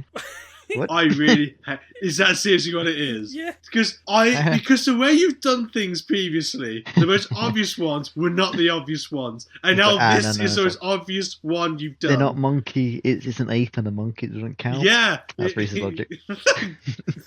I guess they got it. I hate you so much. My link plus reveal note literally goes, monkey. Monkey. Like the meme. You have shown. Not that. Who's that Monkey. funky monkey? Monkey. I really hate you. The fact this is those. I was just thinking, like, is this what probably do the pizza, the milk? I don't know. It was, because it's a fat monkey. I was like, I'll go as surface level as I can with these ones. And when Sam asked me for a replacement game, I literally searched games with monkeys in. No. It's that simple. No, not Donkey Kong. So, I'm glad that you both enjoyed yourself by quite a lot, by the sounds. Yeah, thank you. So, Yes, thank you so much. very good. Thank you for watching, everybody. Life is meaningless. Monkey. Monkey. Eat cake and get divorced. Good night, everyone. Thanks for watching the Janky-B-Cast. You can find Foley at his YouTube channel, Dopey Mr. Foley, and Sam at his house, Kingdom of Dreams.